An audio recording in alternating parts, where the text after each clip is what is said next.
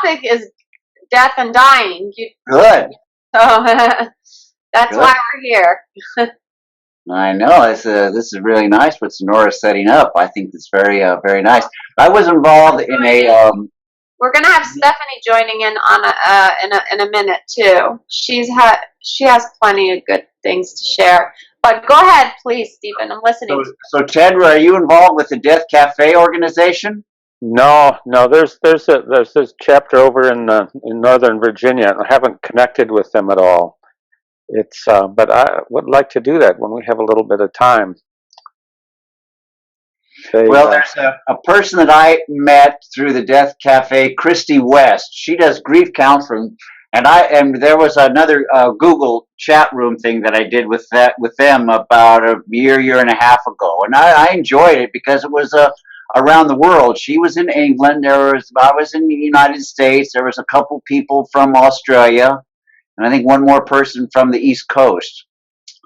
But I really wanted to applaud Sonora for doing this just because it's just something this time has come.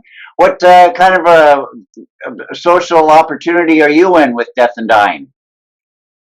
Oh, me? Yeah. What it is, Sonora's involved in she's studying social work, and she's involved very much in geriatric and that sort of thing. And I just lost my mom, lost my brother, and have a lot of regret in terms of those relationships, and also having seen what happened to them because they really didn't have a lot of choice about the things, about the kind of care that they got. And I watched my brother just in the last few months of his life really suffer from the medical care that he got, and he really didn't have a sense of what choices were really there for him and what his end of life options were. Well, he didn't have a patient advocate, no responsible party that was stepping forward. Not exactly. He was very fearful, and I think he was guided a lot by the things that the doctors wanted to do. What the doctors wanted to do. Yeah, that's a sad one, all right. That's a sad one. Yeah, and in the last week or so, he had colon cancer, and it had gone into his liver, and that was really, there was nothing to be done at that point. But they did surgery, and he suffered a lot from it, and he cried a lot. He said, if I'd known how I would feel after that, I never would have let them do it. Yeah. He actually developed some blood clots in his legs and nearly died a couple times. And he went in for a second surgery. And at the second surgery, I talked to him after the surgery. He said, I'm not feeling well. I'll talk to you tomorrow. And he developed another blood clot, and he was gone. So but he didn't really have a sense of what they were doing, or that there were choices, or even that he could say no. He was afraid. Oh, that's too bad to hear. How old was he? It was 54. Yeah, that's too bad. That's right in the perfect age for knowing better. Under the 30s, it's kind of a difficult, and over 70, it's kind of difficult. But there at 50, a person has the opportunity to be the helm of the ship. But it sounds like he didn't get a lot of options on the a la carte menu. Colon cancer can be very problematic. Yeah, he had, and he suppressed. He knew that he wasn't well for a while before he tried to deal with it, which was difficult for us, And I look back at pictures of him and realized his coloring was off, and he kept to himself a lot. He was a sort of reclusive person, very sweet guy, but he didn't share a lot. Oh, that's too bad. And when he finally went in, things had really gotten beyond the point where there was really, realistically, very much intervention that would have helped him. Yeah. But he was led to believe that they could do more than was realistic. That's the sad thing about this surgical stuff. Those surgeons, they come with all this sense of hope, and all we got to do is a little bit more. Very difficult. Well, so it's from what you're describing, he didn't have really good pain management either. No, he didn't. He didn't have good pain management, and he was really kind of resistant to any sort of counseling or assistance that even was offered to him. Not that there was a lot. So that wasn't good. And then my mom my mom, she had senile dementia, and her decline went over a period of about 7 years. And for the last 3 or 4, every day she said, "I wish I was dead." Oh, that's a tough one. That's a tough one. Yeah. I'll help you with your prayers, but I really can't do anything about it, Mom. So did she get some respiratory complications? A lot of times that makes it easy. She had, well, she was a very determined person through most of her life. They called her Sarge, her brothers and Okay, sisters. all right. She had an So, autopilot that burned hard, huh?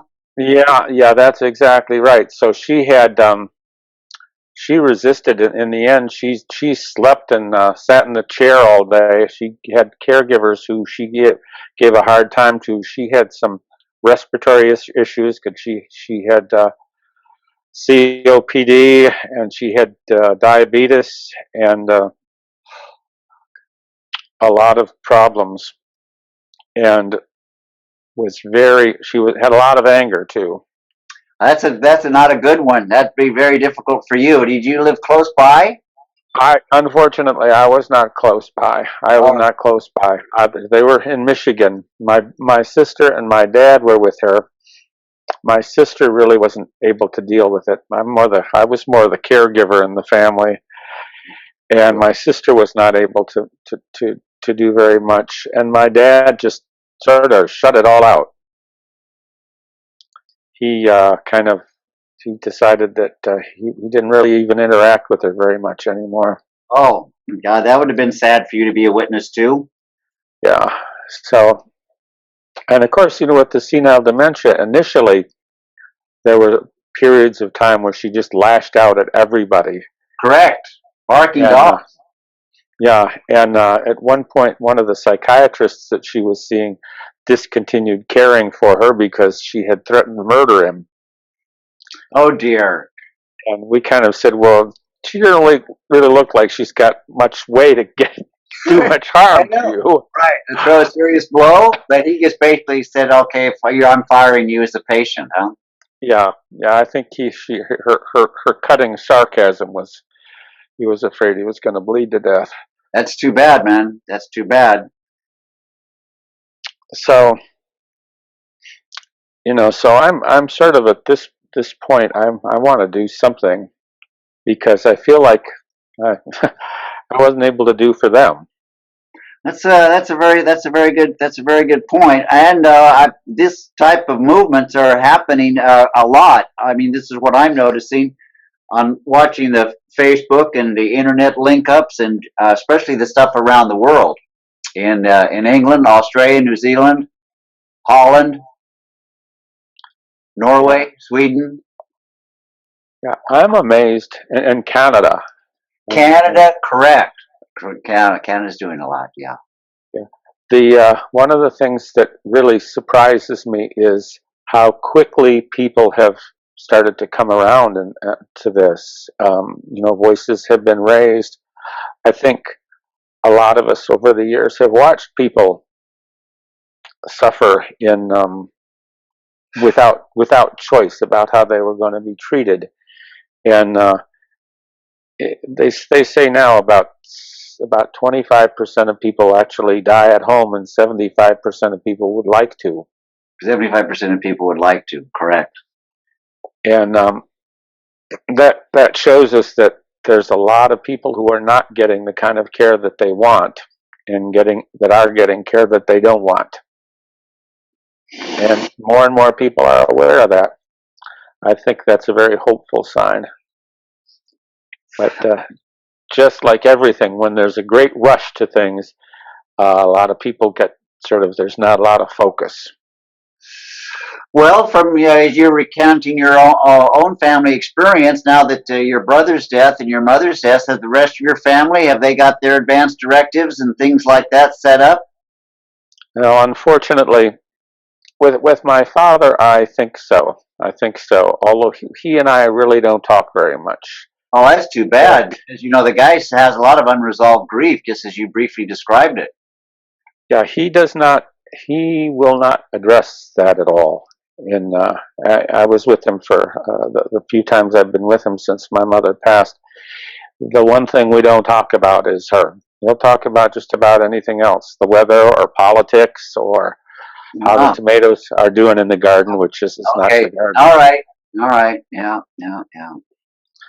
So it's what they say, denial's not just a river in Egypt. Yeah.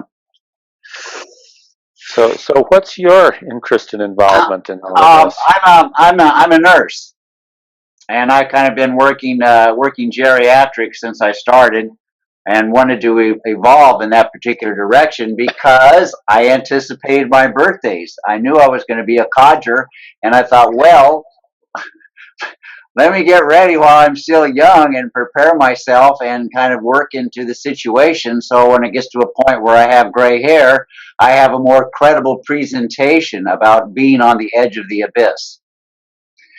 So I got out of the acute care hospital business because I realized that was just a mill, a surgery mill, and then I wanted to get into rehab and long-term care, and I realized that has a lot of politics about it. And then I wanted to get into hospice and home health care, and that was kind of where the thing is stuck in the mud right now because I'm basically not employed. So I'm in a situation where I don't know how to really get myself into the situation back into the service other than having these types of conversations. I'm able to get myself involved in a lot of online research, a lot of online study, and collecting a lot of information that I wouldn't have normally been able to garner, even just coming across Sonora and her site. Yeah, when I was talking about there are a lot of people who are really interested in this, but there's not a lot of focus, not a lot of direction, so there's not a lot of opportunities, which there should be, for you particularly. Yeah. However, there's a lot of bureaucratic and administrative resistance because a lot of the primary caregivers themselves have a difficulty accepting the fact that people's consciousness changes as they approach death. Yes, I really, really appreciate that you say that, Stephen. And it really does. I think that as our body diminishes, right? Yes. Or, it diminishes, the more whatever you want to call it or believe in behind what's holding this body together, it becomes more powerful. They see things we don't see. They have more vivid dreams. Yes, they do. Yeah, and so it's really unbelievable and amazing. And when I think of that, it just, I don't know, I just have such a passion for it. And I don't fear it. And I feel peace, actually. It gives me peace. Death and dying issues give me peace. As odd as that may sound. Well, you're in a situation, Sonora, where you're going to be providing social services or referral services? No, actually, what I'm actually starting a nonprofit organization, and if you were on my Facebook page, it's called Journey Care and Legacy Inc. at the moment. Yeah, so right now you have to go through the steps to be a nonprofit. I'm an Inc. right now, and I've applied for the 501c3 status, so I'm waiting to hear from the IRS. Very good. I mean, because basically you are setting yourself up in a real pivotal situation, and you're in a part of in the country. I mean, it's not like you're in It's not Hmm. like you're in Montana or something. You're where the shakers and the movers are at. Yeah, and we're the nationals, the NASW is here, and we have a pretty strong. I'm a member of them, obviously, because I'm a social work student, and so I'm in my senior year. I've worked pretty hard to get here, and I just lost my mom and my grandfather and my mother's dog within a 4-month period this year. So it's been pretty tough, and but that's not the reason why I've gotten into this. I've always wanted to work with death and dying issues and matters. Well, you've got yourself planned for a graduate program as well, then, aren't you? Yes, sir. Well, yeah, because these days without a master's, you can't do much. Correct, correct. So you're looking what? It is an MSW that puts you in the clinician seat. Yes, that's correct. But the thing is, I don't know. It really depends on how far the nonprofit goes, and because my main goal eventually, I have 2 long-term goals and a short-term goal. Short-term goal for the nonprofit is to educate and to provide supportive services to the community and to the public about palliative care, hospice care. A lot of people have this stuff confused. They don't know what it is. They think hospice is out to kill. They just have a really bad, um, outlook on the whole thing. And so basically helping people do their advanced care directives. As you know, Obama just passed the Care Planning Act and all that stuff. So, and a lot of people don't have their advanced care directive. No. They don't have their POLST form, or they don't know what 5 wishes are or anything like that. So I'm there to educate, and as I'm learning, I'm teaching, and I'm being taught as well from others. So it's a give and take. Well, you have a natural personal and social enthusiasm about yourself as far as extending the compliment. Thank So it you. would seem to be from your position of personal strategy that you're going to involve yourself with medical personnel types, like the nurse practitioners. Yes, I've actually worked in the medical field for, let's see, to be exact, it'll be, let's see,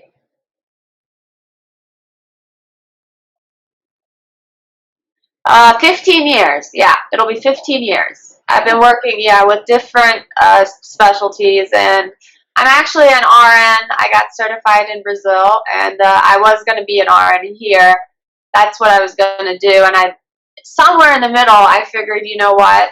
I don't think that's what I want to do, because I have a heart for just the whole therapeutic side of things, and although patient contact and all that stuff, I love it. I've had a lot of it, and I'm still going to continue, but except from a different angle of it, and that would be being there, being present with the dead and dying. That's true. I mean, there's a key point about the medical licensure part because that allows the person to actually touch. Because see, the way they have licensing things set up, unless a person get themselves certified as a massage therapist or acupressure, can't touch. They Otherwise, actually have this death doula now, where you can sit with the dying patients, and correct. And that's what's nice about the doula movement. The doula movement is really picking up from the momentum from England, isn't it? yes, exactly, and that's where hospice started. So,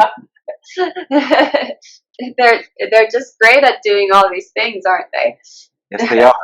Yes, they are. And do you specialize? You're a nurse, so do you Right, but I don't have a specialty. I don't have a specialty other than just what I have on the resume. However, the thing about it is what I'm looking at is I'm looking at the approach of the spirituality of the death and dying process.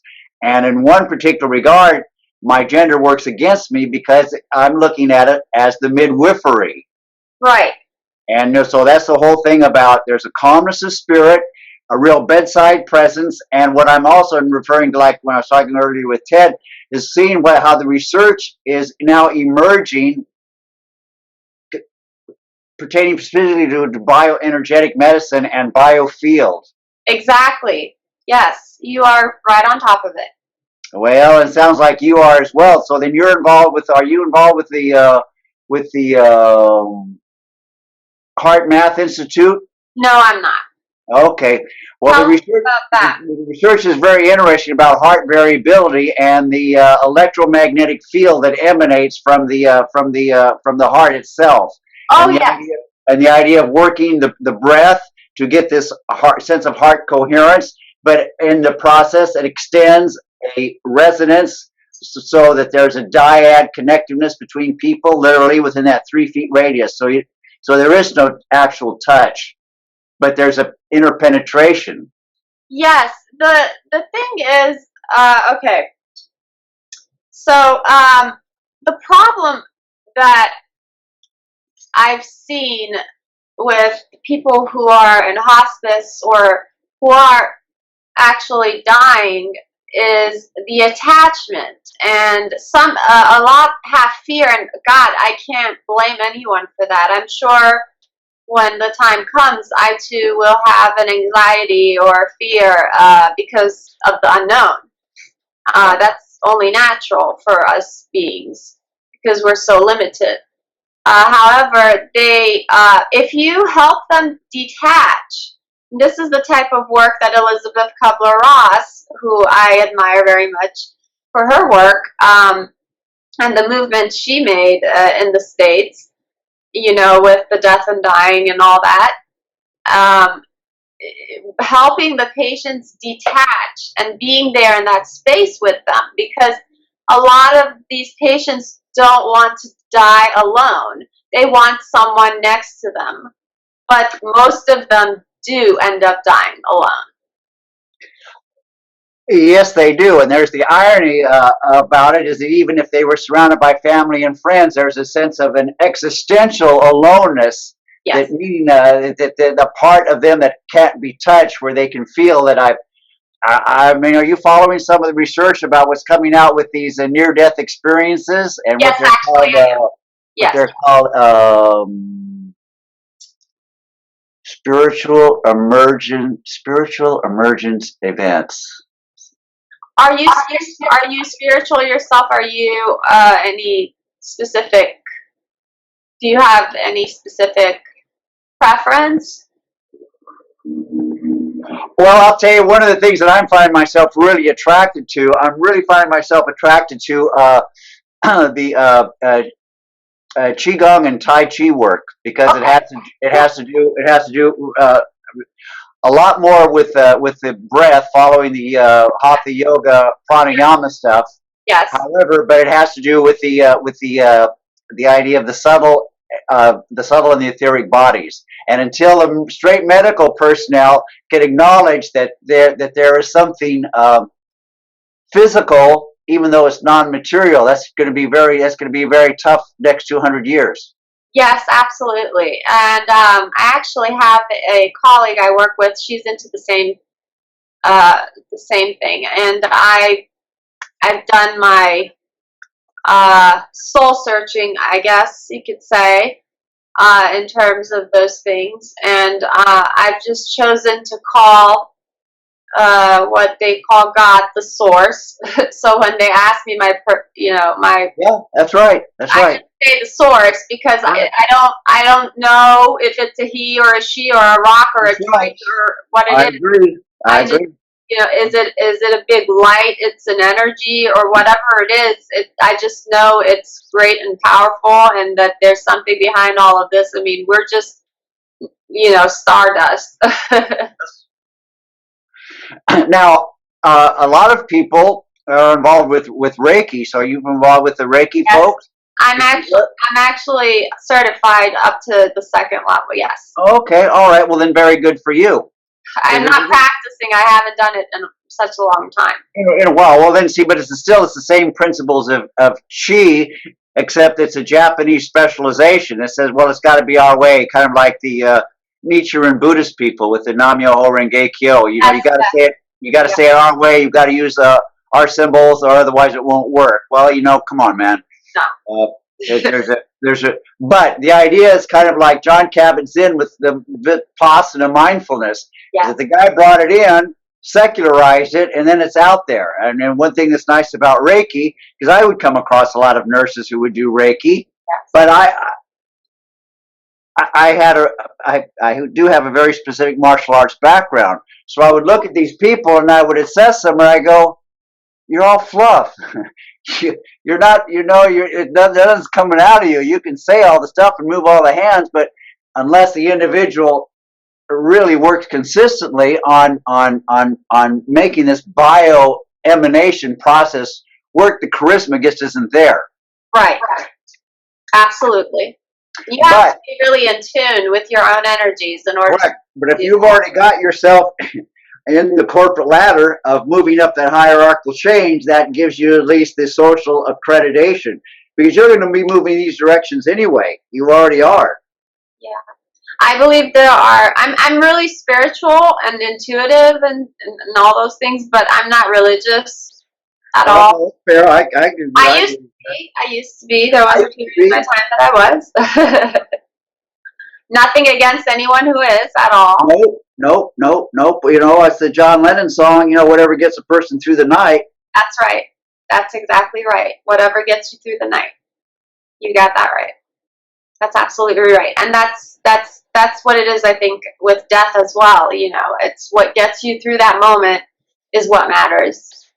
And whatever you need. And that's what hospice is there for. And a lot of people just, unfortunately, have this outlook that, well, because of our healthcare system, I don't blame them with all the things that are happening. Well, you certainly see what's happening with hospice, because they're overburdened as a business. And basically, they just say, well, we're going to train the family. We'll visit you twice a week, maybe 3 times a week. We'll come by once a week to review and adjust your medicines. But basically, you're on your own. We might have a caregiver come by as a CNA, but our nurse is assigned 25 patients. Yes. Yes, that's a lot. And that's why we have, I mean, you all dying, all give quality care. No one's going to get better. How can you possibly give quality care to 25 patients? I mean, you're exactly right. You're exactly right. You know, I used to work for NIH in the nursing department, and so a few years back, I believe it was in 2009, and they used to call them nurses in heaven, because you would actually, each patient would be assigned one nurse to one bed, to each bed, you know. Okay. So, but that's NIH, so you know, that's not the hospital. They have a hospital building, but it's not so overcrowded. Because see, what you're going to be able to do, you're going to be able to see where the holes in the foundation are, and you're getting this thing set up for your nonprofit. You're going to be able to step in and provide a spiritually supportive niche that isn't there, meaning that the hospice people would be contacting you to subcontract this idea of the spiritual support, because basically they're monitoring meds. Yes, exactly. And regrettably, most of the nurses, I would make a conversational generalization, 75% of them really don't have a sense of the spiritual understanding, other than the idea of like, we don't want you to hurt, we don't want you to have anxiety, and we don't want you to be constipated. So we'll take care of those things. But we don't have time to sit and talk, because we have another client we have to visit. We've got to go. And the CNAs, if you don't have an advocate who really knows what's going on and who can advocate for you when you're not well, you're going to be in trouble. Correct. You really are. I mean, you need someone really strong, and I really feel for a lot of seniors who don't have anyone to advocate for them. And this is something I hear every day where I'm interning, where they ask, well, what if you don't have anyone? You know, our kids are far away, or they don't have the knowledge of, the medical field, not that you need to, but you just kind of need someone, I believe, that's strong and will stay on top of your things with a lot of tender love and care, and at the same time just really like raw. And yeah, with the oh yes, because otherwise it's the bureaucracy of conservatorship. Exactly. And that is so capital C conservative because they don't want to get involved with litigation or some scandal in the newspaper. So then it's kind of like what Ted's situation with his brother. He says, well, you know what the doctor says, and we'll go along with that. And okay, fine, there'll always be hope. And Yeah, that was a really sad situation with Ted's brother. Yeah, exactly. When my mother was going through this, and my grandfather, unfortunately, I couldn't be present for that last moment when my grandfather passed, but I got hospice care, in-home hospice care for him, and I got my mom hospice care, but that was at the facility because she had lung cancer, and it was right. very critical. And so, but I was, I'll never forget the day I walked into the room and her temperature is like 103 point something, and there's someone trying to join in on our call. I'm sorry. I'm gonna. No, come on. It's One good. second. Hold on 1 second. So now, Ted, are you muted? Yeah, I was muted. I just unmuted myself. Okay. I had a question for you, and this is just and I guess it's a question for both you and Sonora. It's sort of coming up here that, yeah, it's good that well, I was thinking of it in terms of they're talking about these advanced directives and how now that there's a Medicare code, there are new billing codes, and Yes, that's everybody's right. upset. Well, I think if you give the same old people some new billing codes, it really isn't going to change a lot. And it seems to me, that there are a lot of situations that really aren't going to change very much because whatever the billing codes are, the infrastructure is there to carry on this the way that they have pretty much before. I'll agree with you 100% from your intuitive perception because it was just 2 months ago that the DSM-5 paired up with the ICD-10 as far as diagnostics and billing codes. So yeah, I think my question for you really is what kind of a map do you see for the future? What would be a good direction to go? What's needed, and maybe how do we get there?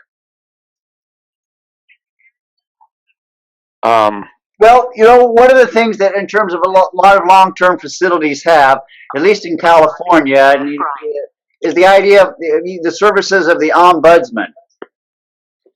Now, the ombudsman provides services that are supposed to be fair-minded witnesses to a complaint that a family or a resident or a patient would have against either the services being delivered, but also being in terms of like an advocate. So, like, for example, like let's say your mother, all right? So your mother was in a facility, but she had to sign some legal papers.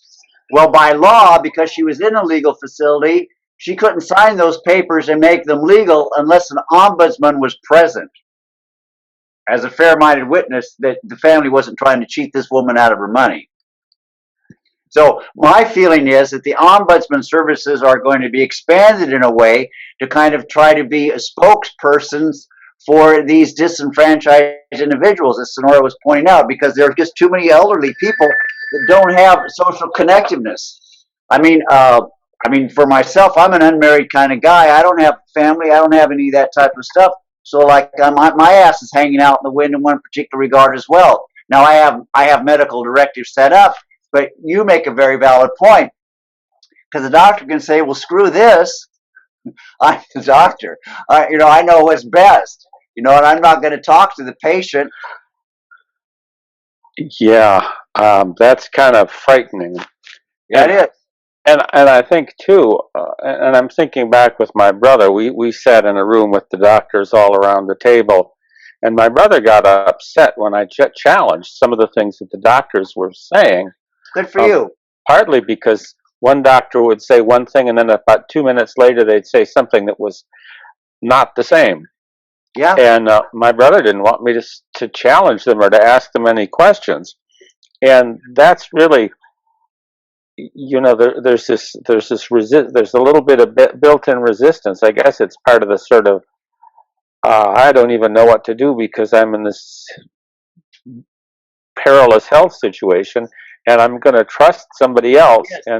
And boy, don't you tamper with that trust relationship Correct. by Don't you questioning them. tamper with that trust. Yeah, because it's hard enough as it is just maintaining. But you were able to see it from a realistic point of view because you got all these chefs in the kitchen saying what's going to be a better approach.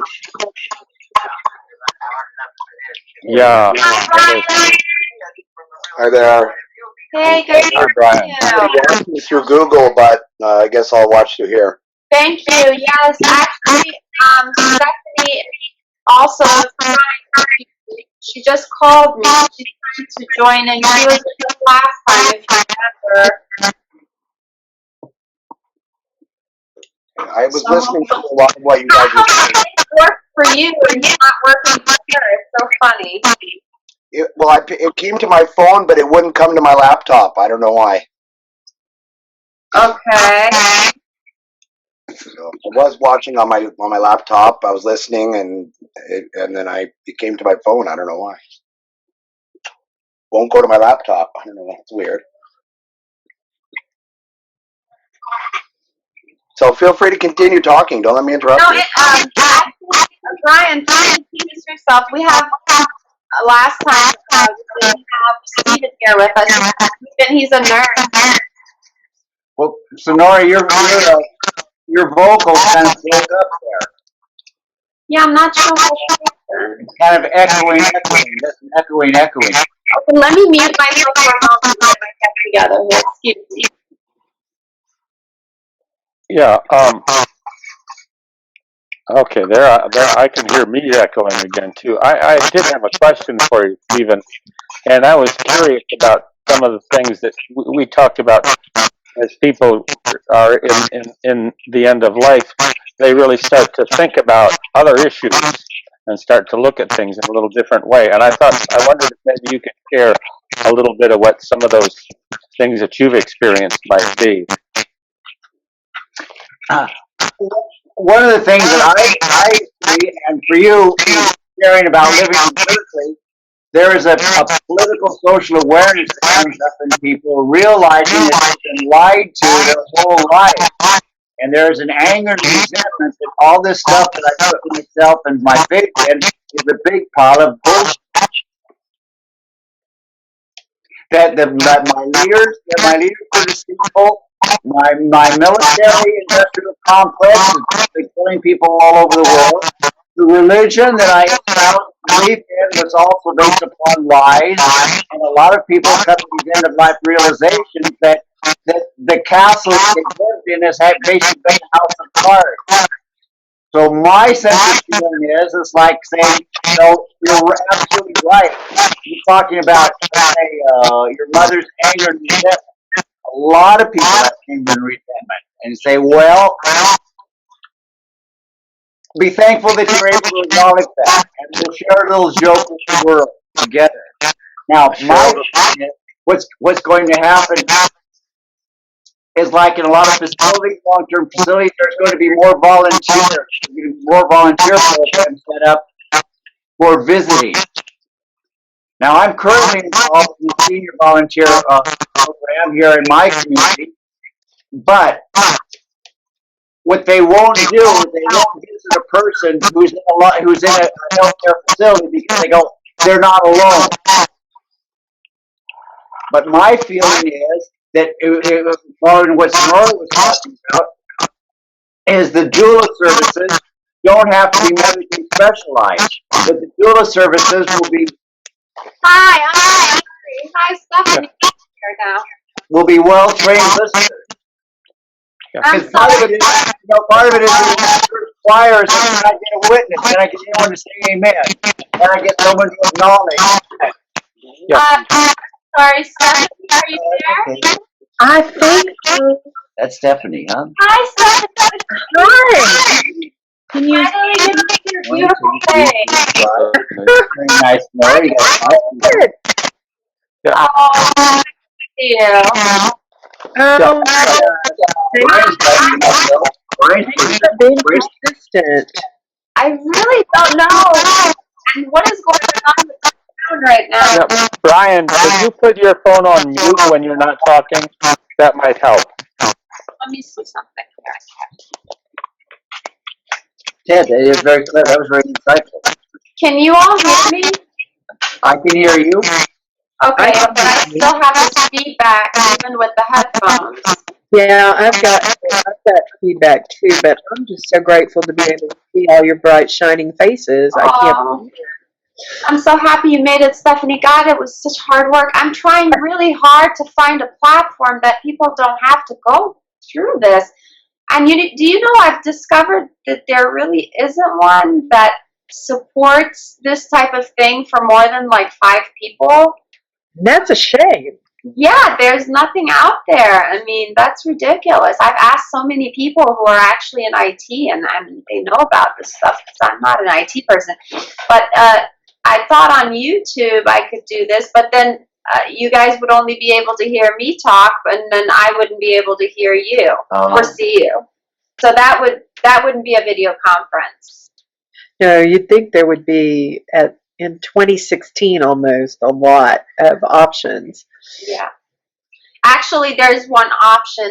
It's like if you go to this site called polycom.com, a friend of mine told me, but there's some really expensive equipment. Yes. Well, yeah, I bet. Have you heard of that before, No, Stephen? I just figure anything that is really going to work well is going to cost money. Yeah, and eventually we'll get there. This is just a start. I'm crossing my fingers here, so we'll get there. What I'm experiencing is now if we're wearing headsets, you're absolutely right. There's the feedback phenomena isn't occurring. Yes, it's not. It's good. Yeah, I don't hear any now. Oh, is Brian on mute or is he? Brian's on mute. I think Brian's got Can you hear me now? Oh yes, good. Now I think everything's good. We're all clear. So learn a new thing. Everyone needs headsets and they need a Gmail account. Maybe we all have to sit a certain way and hold our hands certain ways so that don't anybody move. Yeah, exactly. We have a member tonight, actually, Teresa, and I don't know if you guys read what I posted up on the group page. She's having a very hard time, and I don't know where she is tonight, but I'm hoping she's okay. Yes, I did see your post, but it was a bit ambiguous. I didn't know if the hard Did time you was see her referring post? to I her kind of shared her post, is what or it her was. family. No, it's her for herself. Actually, Okay. the last, this is our second time going live, and last time we had Brian and Stephanie and Ted and I, and we had one other person. There are pictures of the first event, and the video I also posted on the page for people who couldn't attend. We actually lost 30 some odd people that first time due to technical difficulties. But it doesn't matter, the numbers. But anyways, Teresa was there, and I don't know where she is. I'm surprised she's not on right now. It was about her actually, Stephen. It was about herself. She has liver cancer, and so the doctors have given her about a year to live. And today she was supposed to go see someone for palliative care. She seemed very irate about some feedback she had received. So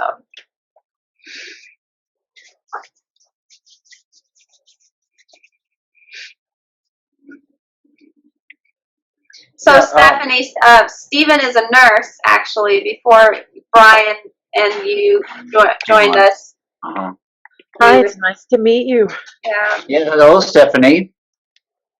We spell our names the same way. And if I had been born a girl, that's what I would have that spelling of my name as well. My mom had it figured out. Well, that if I'd been a boy, I would have been on, actually, she said. So, Yeah, so I wasn't in on the first podcast. So you and Brian, you're involved in the healthcare business or the social services. yeah, I'm a thanatologist. I'm a grief counselor. Oh, good for you. Well, see, this is just what we were talking about before you came on board. Is how this grief counseling is supposed to work in anticipatory grief, the often Yeah. overlooked part of grief, Oh, isn't yeah. it? Very overlooked, and it makes such a big difference if you can get in early enough. Yes. And you're a nurse, Stephen? Yes, I am.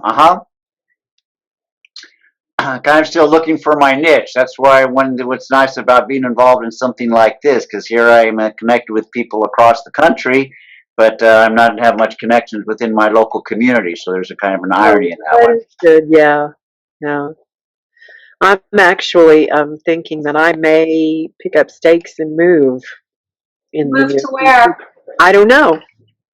You got anything out there? Yeah, you can come stay with me, Stephanie. Well, be careful what you wish for. Oh, don't worry. I'm curious. You can ask Ted.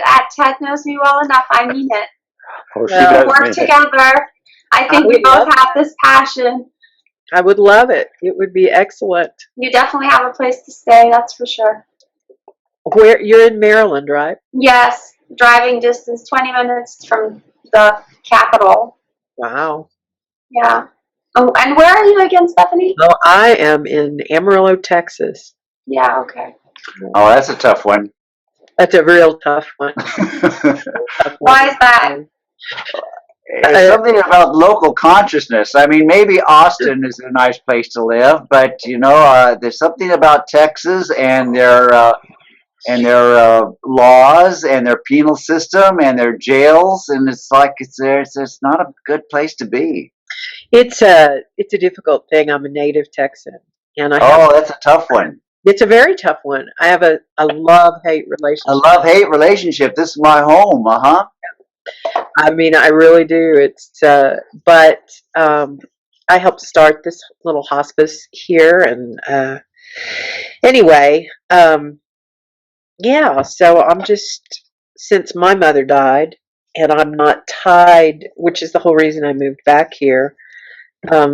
Things are opening up for me, so I'm putting it out there in the university, and the university needs to tell me where I'm supposed to be. You're supposed to be here because you're a strong woman, and you and I have met sometime, somewhere, in some path, and We both got red together. glasses on. Yes. Oh my God! Look at that! And guess what? I just found Teresa, and she's about to join in. You guys, we really need a lot of support because she's in this dying process, and I really, my heart goes out to her. I really. So she's a. Yeah. Okay. So she'll be joining in just a minute. Let me just go ahead and excuse myself for a moment. You guys can continue. Okay. So I hope I didn't interrupt No, it was kind of a nice pause. Bumbling my way in. I was just about to give up. Well, yeah, Stephen and I were just talking about something, Stephanie, and I think you might have some input here. We had talked about the fact that a lot of the care and support that people get in the last days turns out to come, even though they talk about hospice care, and they're talking about these new codes for that people are getting. that really it's the same. It's coming from the same people and the same institutions that were doing the things that we didn't like very much before. And so we were trying to open up a conversation about what changes, what a new approach would be, what sort of support people really need, and what some of the issues that it's really important for to create platforms for them, and these sort of a wish list or a path forward here. Well, from a hospice standpoint, what I'd really like to personally get somehow hooked up with and is a lot of what's going on with the death cafes. Are y'all familiar with that? Yeah, we were talking about it a little earlier. It's pretty profound, isn't it? It really is, because I'm a huge believer in grassroots movements, and I think it's time to leave traditional Western medicine behind and let them just go ahead and do their ICD-10 codes and their DSM-4s and all that other stuff, Yeah. and get back to, I love the death cafes and I love the home funeral movement, because I think the funeral industry, like the healthcare industry, desperately needs to be revamped. And I think that our best hope really is to get the middlemen out of the way. And I think that's why the death doula movement is great. And that whole, anything that gets the strident clinical side out of it. Not to say anything about nursing. Nursing is and doctors. I don't mean that, but it's just been so over politicized. And so when I started out in hospice 11 years ago, the difference between what hospice was then and what hospice is now is just unbelievable, from a professional standpoint. The restrictions and the hoops and how far removed. When the last corporate hospice I worked at, the latest edict was them telling hospice RN case managers that they could not spend longer than 20 minutes with each patient. Oh no! Yeah, imagine that, Stephen, as a nurse. 20 minutes. 20 minutes. That was what you should be able to carry a caseload of 16 to 18 patients. Damn. And because why should you need to spend more than 20 minutes with a patient? That's just cruel. Yeah. Well, and then of course the person gets written up as a bad employee review because they can't meet the exactly production line criteria. Well, if you need to organize your time, you're not competent. Exactly. Yeah. Levels of competency. Do that 100 hours a week of paperwork at home. Yes. Yeah. But you can't call it overtime. No. No. So anyway, that's just my thoughts on it. No, those are very valid thoughts, because this is what you're seeing, and from halfway on the side of the country. This was something that I was sensing, also hearing in California, because I wanted to hear you speak more about this capital B bureaucratization that has happened in the hospice. It's become big business. It has. The first hospice I worked with was, it started out being called, and excuse my voice, my allergies are just me, but it was called Family Care Hospice, and it was started by a small group of people who wanted to run it like Family Care Hospice, and then it was bought by a company called Vista Care Hospice, and then Vista Care Hospice, which was still, that's Vista Care Hospice is the hospice that Elizabeth Kubler-Ross chose to die. Oh, okay, all right. Within a year after her death, it had been gobbled up by a bigger hospice named Odyssey. Within 3 years after that, Gentiva Hospice Home Health Services gobbled up Odyssey. Within 3 years after that, 4 years, because it's happening now, Kindred Health Services, which is just megalopolis, yes, has now bought Gentiva. So Oh, is that right? they're on their fourth big fish gobbling the little fish thing, Yeah. and in every incarnation, and then I left them at the third gobble. And at every incarnation, they've gotten further removed from what hospice is supposed to be, and more tied up in the bureaucracy. The thing that concerns me is when you have a situation like this, and we're talking about volunteers coming in and that kind of thing. Yeah, It seems to me that the money goes one way, and all of the effort really comes from people who aren't getting anything for it. that's it. It does. That's Yeah, exactly what happened. yeah, that's very disturbing to me. One of the things I also wanted to say, you were talking about the funeral industry, Uh-huh. and the funeral industry has changed. Well, it's deteriorating rapidly. It used to be most people are cremated now. I'm reading that between 60 and 70% of people are cremated, and Wow.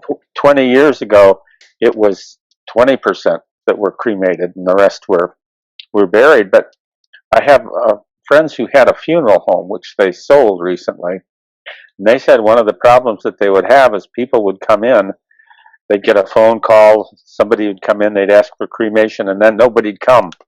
They would just they'd have the cremains left. Nobody pick them up, Everybody come get them.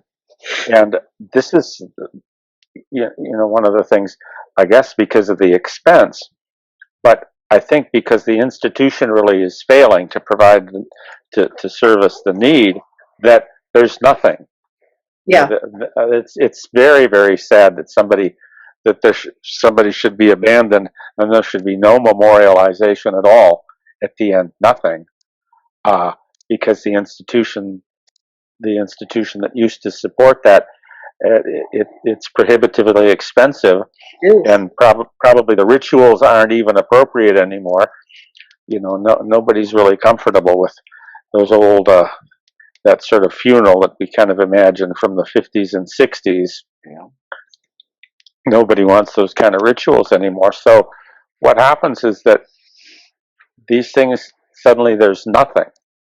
And that's the thing that disturbs me a lot, is that people will walk away from the care, walk away from everything, and there won't be anything taking its place. There's a Joseph Campbell, the philosopher, is a personal hero of mine, and he talks about ritual. And well, actually, when he talks about it a lot, but the one I'm referring to is way back in the 80s when Bill Moyers interviewed him just a couple of months before he died, actually. He was already in his 80s. And Bill Moyers said, well, what does it mean when a society doesn't have any rituals? And Joseph Campbell said, just read the New York Times. And that was 30 years ago.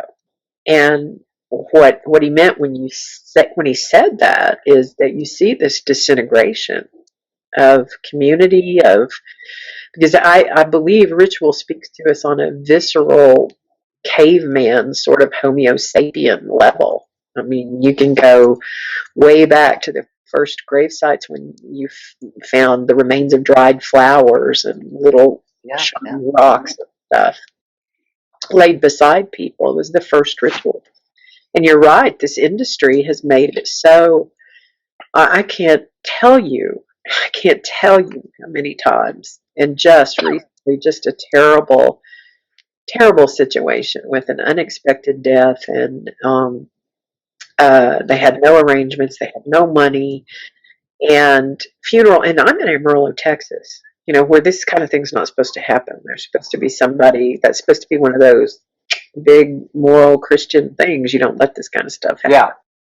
Yeah.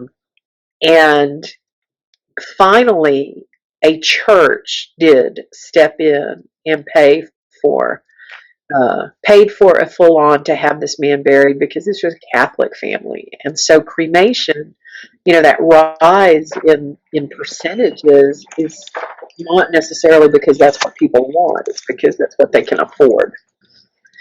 And so it goes back to, well, what what kind of service are you providing to a community? And that's not what anybody's interested in that I've seen in the funeral industry. They just want to make a few $1,000s. I mean, I had 3 different funeral directors say to my social worker, "Well, that's our package. $5,000 as low as we go." Damn. You know, Well, and just well, bad.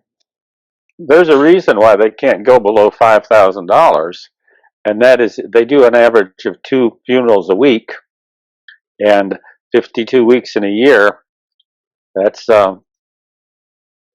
about $500,000, but that is not really enough money to support all the people that they need to support. Yeah. It's the funeral director doesn't really make very much money, and the other people, some of them are part-time and don't have benefits or anything like that. And it's an institution that's prohibitively expensive, and yet the people that And yet deliver the nobody. services And are so, suffering. yeah. So I really believe, because when I first discovered anything about the home funeral movement was through a beautiful documentary that, of course, I can't remember the name of, but I believe there are only 2. It's either 2 or 4 states in the United States where it is actually required by law that a licensed undertaker handle the body.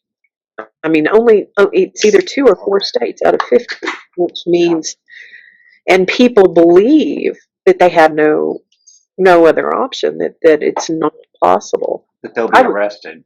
Yeah, I would absolutely love to find a sugar daddy or somebody that would agree to fund the ability to be a death doula and partner with Green Burials and do home funerals and take that back away from. There's so much of medicine and healthcare that we can't take back. I mean, there really is so much. But now, funerals, we could make a dent. We could, and when I say that, I don't mean I take them down, blah, blah, but I'm talking about giving people an option, and an option.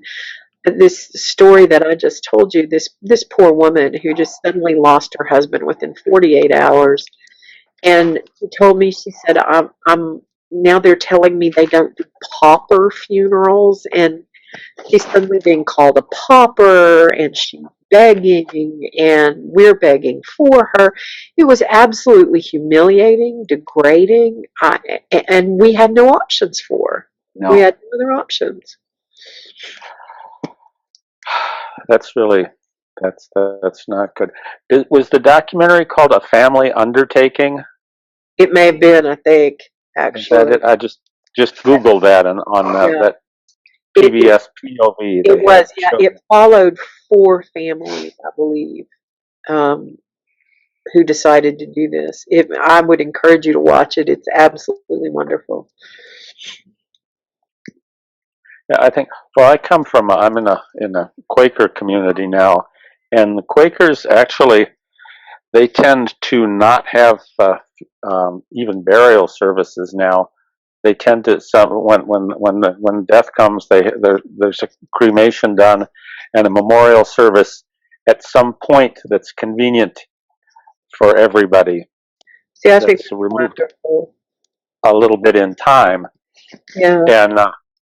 and that often, when you think about how difficult it is, suddenly somebody dies and everybody in the family, people are not able to be there because they can't jump up and run, and at the same time, there's a great deal of expense incurred, and it doesn't have to be that way, but you do have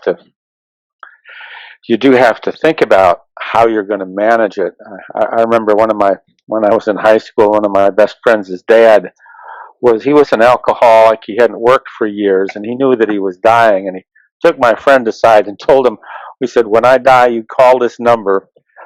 They'll pick up the body, and they'll take care of me for $100. Oh my gosh. This was quite a while ago. Yeah. I think the price has gone up, but he had it in his mind that the least that he could do was spare the family that Okay. Yeah.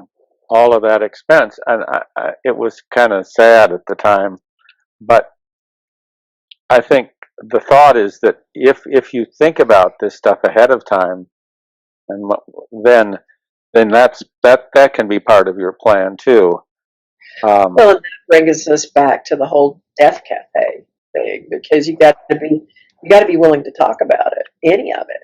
And I've been doing this for so long that I sometimes lose sight of just how um, impossible it is for some people to talk about death, much less funerals.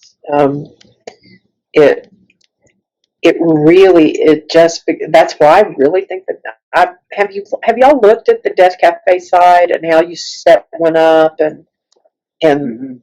what their Yeah, treatment is, that kind of stuff. I yeah, really I've looked at it a little bit, but I haven't really gotten.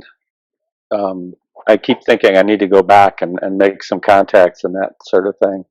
it's I like the fact that it's simple, that it's and yet they're very, if you're going to call yourself a Death Cafe, there are certain things that they do ask, that certain tenets they ask you to abide by, and they're not outlandish tenets. No.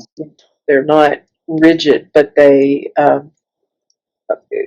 too require that you not just let it turn into a party. I mean, just where you talk about everything else but death. And I think the fact that they don't have them run by, there's not a me sitting there saying, we're here, we're going to talk about death. This is just Joe Smith and Kay Smith who have decided they want to talk about death. And they've gathered in this coffee house to do that.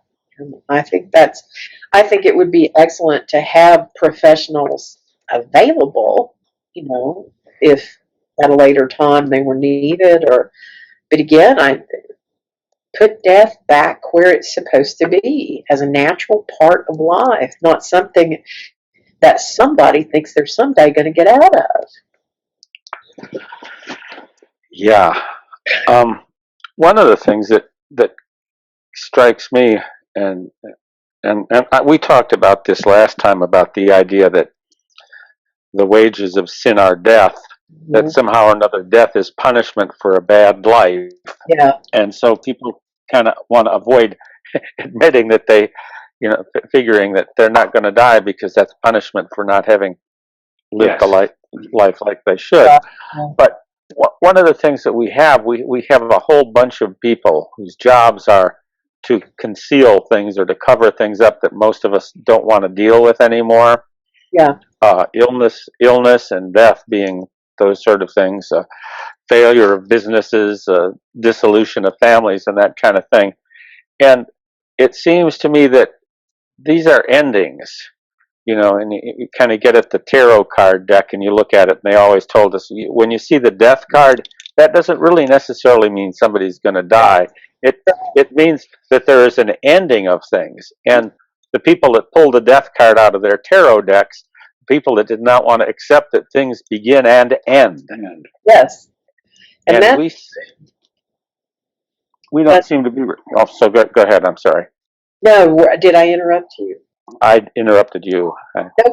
No, you didn't. I was really just agreeing, because I think what Stephen said about anticipatory grief, when I'm working with Alzheimer's family, I think that Alzheimer's is a series of little deaths for the patients and the families. I mean, say you've been married to someone for 40 years, and he gets a diagnosis of, say it's me, if I've been married to somebody for 40 years and my husband's diagnosed with Alzheimer's. Well, it may take, depending upon how fast it moves, it may take 5 years, it may take 20 That's right. years That's right. for him to come to the end of his life. But in that, whatever that period of time is, I'm going to lose maybe the breadwinner. I'm going to lose my travel mate. I'm going to lose my lover. I'm going to lose um, my playmate. I'm going to lose all these. And Goals that you had. yeah, Well, Stephanie, if I may interrupt you for a moment, my grandfather actually had um, Alzheimer's. He had vascular type dementia, and so we lost him a couple years before we actually lost him. Yes. Which will be, today's the 15th. Last year, 7 days ago. In 7 days, it'll complete 1 year. Yeah, so it's pretty new, and very close. I was very close with him, and he was fighting so hard because he was such a strong and intelligent man. He used to ask me, what's going on with me? Exactly. It's really sad. And my grandmother, I mean, they were married for, God, like over 60 years, and then she became this caretaker, and I kept on having to tell her, listen, you need to hire a nurse. You can't do it by yourself anymore. And she didn't feel comfortable having people coming in and out of her house. Right. And I said, I'm sorry, this is just something you have to sacrifice for my dad. I call him Dad, and so you're just gonna have to let it go. You can't do it anymore. You can't bathe him anymore. You can't. I mean, I'm gonna share something here because I think we're all in the medical, field. I mean, when you get to the point where, I'm sorry, but I'm pulling out a rubber band from his feces. I mean, because he ate a rubber band. You see what I'm talking about? Yeah. That's no good. I mean, yeah, you know what I'm talking about, Stephen. Yeah. It's like you have to keep an eye on him 24/7. It's not a joke. I mean, gosh, he almost put the house on fire a couple times. Yes. And all It was those so sad. all those steps were losses. And when Stephen talked about anticipatory grief, those things are cumulative. If you don't address them, I have a patient right now that I've been seeing for over 2.5 years as a grief counselor. And I started seeing her, and I'm so grateful for this, for anticipatory grief about a year before her mother died from Alzheimer's. That's when I started seeing her. And that's unusual that she thought she actually Yes, that's saw unusual. help, and she was, and it shouldn't be unusual. I mean, it shouldn't be. It should be okay to admit that I'm drowning here and I'm sad and I've got all this loss and I don't know what to do with it. I mean, don't we grieve every day anyway? Well, we Correct. do. I mean, it's like if I want to buy a car, for example. Don't mean to sound materialistic, but this is the first thing that came to mind. And then I finally realized, hey, I can't afford that car. That's a loss. That's a grief. Or a relationship that ends in my life. That's right. Or a friendship, or maybe, an animal, or even a plant dies that I was attached to, or something like that. That's grief. We're experiencing grief and loss every moment of our life. We're actually even grieving our own loss of our health as we walk closer and closer to death every day and every second as we get. Because it's natural. Yeah. It's a natural part of life. Everything that begins ends. Everything. There is no front without a back. Light doesn't exist if there's no darkness. But we have created a society where people think they are truly going to stay forever young. Nobody's going to be sick, and God forbid, nobody's going to die. Oh my! And I'm working with seniors, and I must say, there are people I see in denial, and it's hard to work with them around the subject of death and dying. It's really been a challenge for me. Well, here's one thing I would suggest about denial. Yes, please. I think denial gets a bad rap. Denial is actually a coping mechanism. Right. And can be a very useful coping mechanism. If you can avoid, you being the professional, if you can avoid pointing it out and giving it the name of denial, call it that to yourself. Yeah. If you have to with your team, but at the same time recognize it as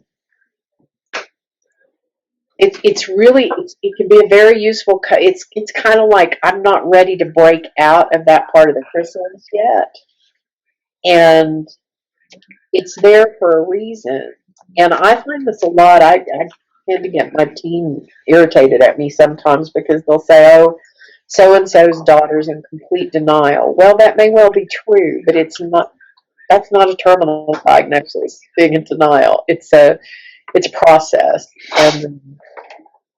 um, and I don't know. There may be.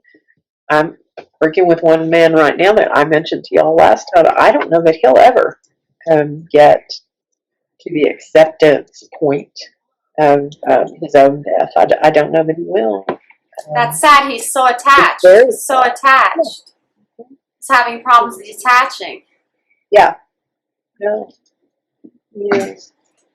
Oh, my poor friend here. She can't. Why can I Still not? not getting it? No, she's trying really hard, and Oh, yeah, no, but I mean, it's like where she just. yeah, like you were able to. I'm gonna try something else here. Hold on.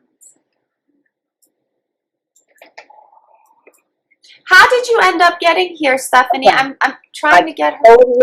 Totally rebooted my computer because I tried the computer and the phone both, but I really wanted the computer so I could see y'all better than on my phone. And so I rebooted everything, and then you sent me another. I mean, you'd already sent it twice before, but you sent another invitation.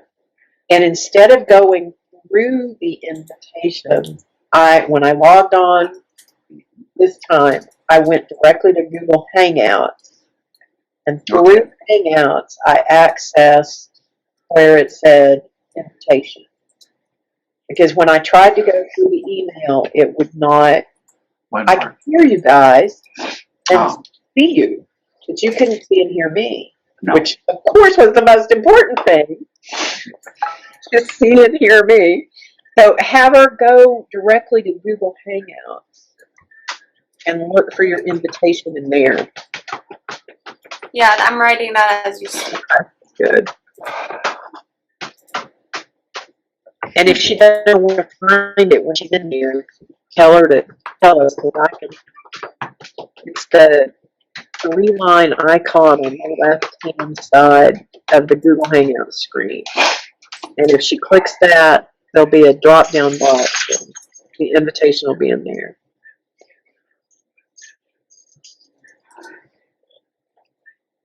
I like your Tonkas, Stephen. Oh, thank you. I like them a lot myself. Who are they? I can't really tell. One of them is the white Tara, and the other one is Mahakala. So I got the wrathful and peaceful deities over each shoulder. I thought that was a Tara. Yeah. Well, there's 25, 27 different Taras, and I don't know. I ended up getting a white Tara. Those are beautiful. I like them a lot. I was going to ask you, Stephanie, this gentleman that you said you're working with, you've established a relationship that's personal. I don't know how not to. Well, meaning that he accepts you. He does. In a way that, Yeah. well, in terms of just something as simple as a systematic desensitization, just with regular body work, is the guy open for that?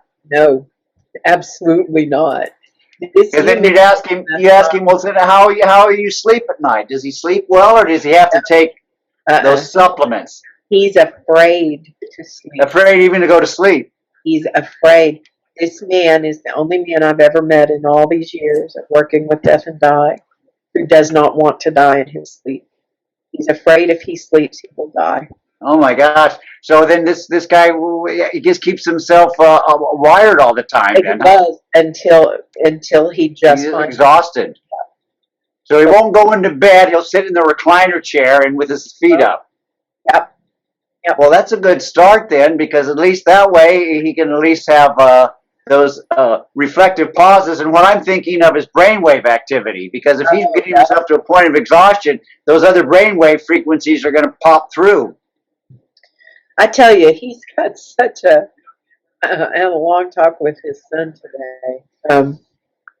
He's got such a In the Google Hangout screen. yes. I'm sorry. I thought I was on mute. I was trying to explain to somebody how to get. Oh Sorry. no, I'm sorry. I thought you needed me to tell you that again. No, you go ahead. I'm sorry.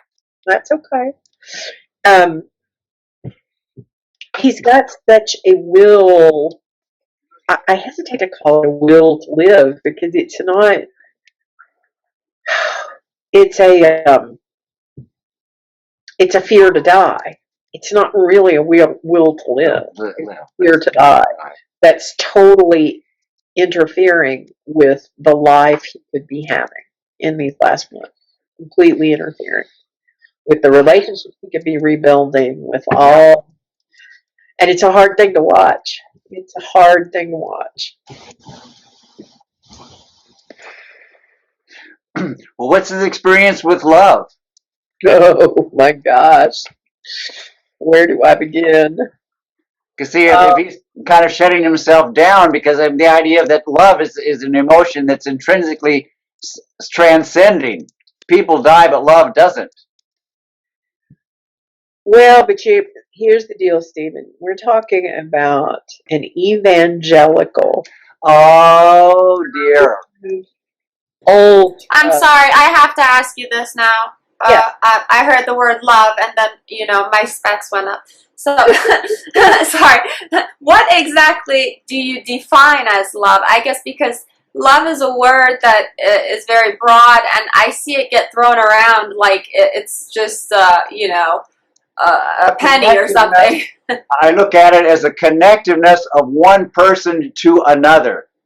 And now, and that person can either be real or it can be symbolic. And so this is where the idea of, let's say, a human or humanity, but with an individual in that point of, like, let's say, a fearfulness or denial, it's like, well, do they acknowledge their sense of love as a relationship, or they shut down everything so they won't lose even that? Meaning that if they experience love in a genuine manner, the love is never lost. The love is not lost. I do believe it's more powerful than electricity, as my spiritual teacher Ram Dass says, in one of his books. I mean, it is true. I do believe that. It is very powerful. The power of love is amazing. So for Stephanie, talking about this guy being dyed in the wool evangelical, he's coming to the end of the road cafe, and like all the signs are saying, hell and damnation. Yeah. Oh, And God. he, as I shared the last time, he's in this. I'm just, because it's so frustrating. Anyway, he has this evangelical preacher who has him convinced that his faith is not strong enough. If his faith were strong enough, he would be healed. Right. But see, that would be the idea of like a sense of self-forgiveness. And see, then we're back to the idea of love. A sense of self-forgiveness allows a germination of love to come out of one's heart, because at least if I can show compassion to myself, I can extend compassion to others. And once I can extend compassion to others, I am now unified with other people, whether I live or die. So that means I am carried transcendently with love. I can feel the immediacy, and that yes, I might leave the mortal coil, but the feeling and the connectiveness is genuinely experienced. But see, I don't even think that I started to say, I don't even think that he cares about that. Yay! You're here! Yes! I'm so excited! Okay, that was magic. I'm sorry, you guys. I'm so sorry. I'm overexcited right now. No. So much hard work. You're the hostess. Oh, it was so much hard work. Thank you for not giving up, Teresa. Yes. I was late too. there's still 2 more people trying to get in. I hope they don't give up. Yeah, Okay. Everyone, I want to introduce Teresa. Teresa was in our first live broadcast with Stephanie and Brian and Ted and I, and there was one other young lady with us.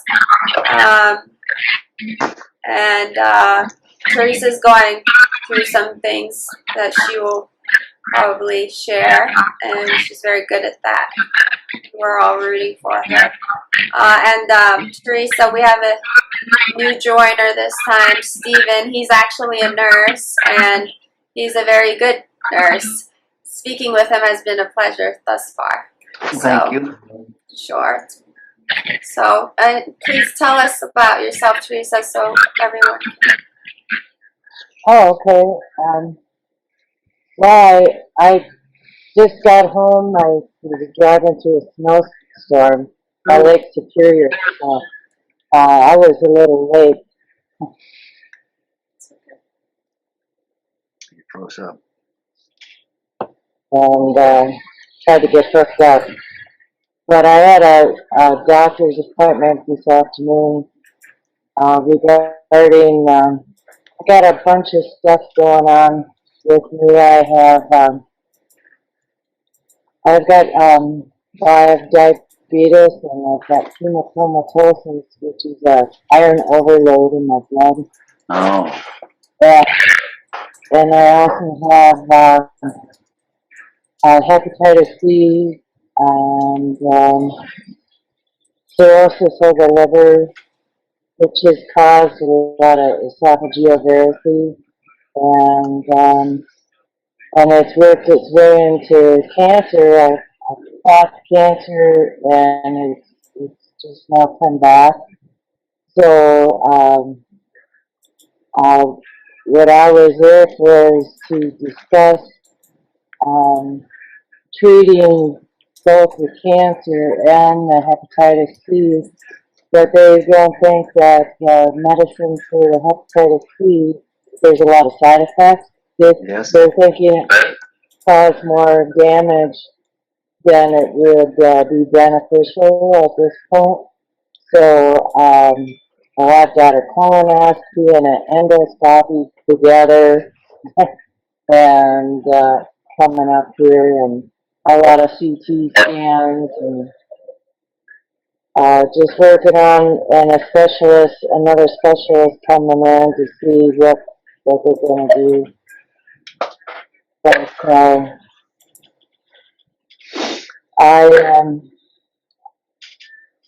the liver transplant, I was on a liver transplant when I had my cancer prior to now, and I'm kind of opting out of that because it wouldn't give me,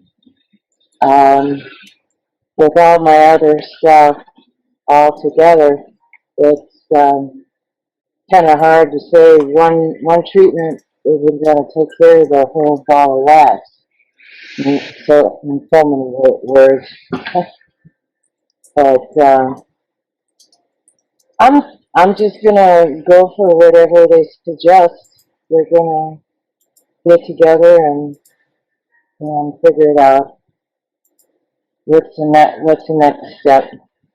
I'll probably have chemoembolization where they go up your femoral artery and zap the tumor.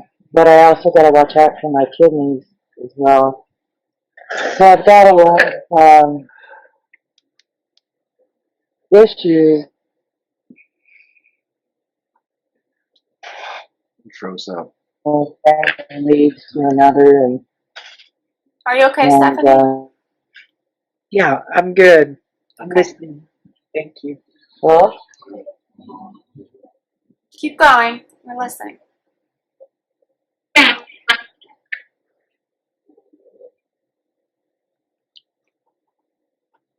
but yeah, it's been a quite the road. I've been doing that since 2003, and I'm trying to hang on to the hope. I told them today that I'm leaning towards not having a transplant because of all the anti-rejection drugs, and the prognosis isn't very good. And I'm looking at the quality versus quantity of life, a lot of different stuff. And I feel like I'm just flooded with a lot of racing thoughts right now. You know, what to do, what not to do. And so they've referred me to palliative care, and How did which that is go? just, well, I haven't met anybody yet. I have to call and make an appointment. Teresa, So, if I could what? ask you a question. Um, how did it feel when you told them that you decided to forego the transplant? They couldn't, they understood. No, I They're mean, very understanding. how did you feel when you did it? How did you feel? Um, relieved. Um, I know it's hard to say that because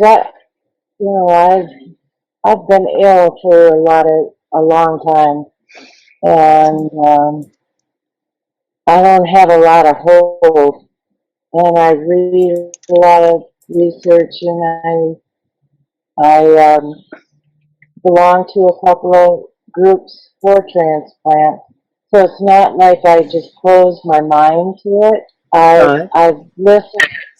You know, I belong to a group for transplant patients, and I participate and I ask a lot of questions, and I've been doing that for a couple of years, and you know, a lot of them, some do well, some don't do so well. It gives you, you know, probably gives you another 5, 10, and a little longer for not very many. The average is 5 to 7 years. But all that time you're fighting infection, you're doing anti-rejection drugs, which lower your immune system. Yeah. So you're struggling, you know, and it's like, I don't want to do that. Basically, Well, Teresa, you say you're involved in a couple groups. You're yeah. involved in some support groups. Well, are you experiencing authenticity of companionship with conversation? With a few of the groups, there's a couple of groups that are, I think they're overly optimistic and they try to paint this glorified picture. Oh, I But was then I wondering about read, that. Is that going to be personally disappointing for you, the overly optimistic stuff, because it's reflecting their anxiety rather than being supportive of your sense of self-doubt?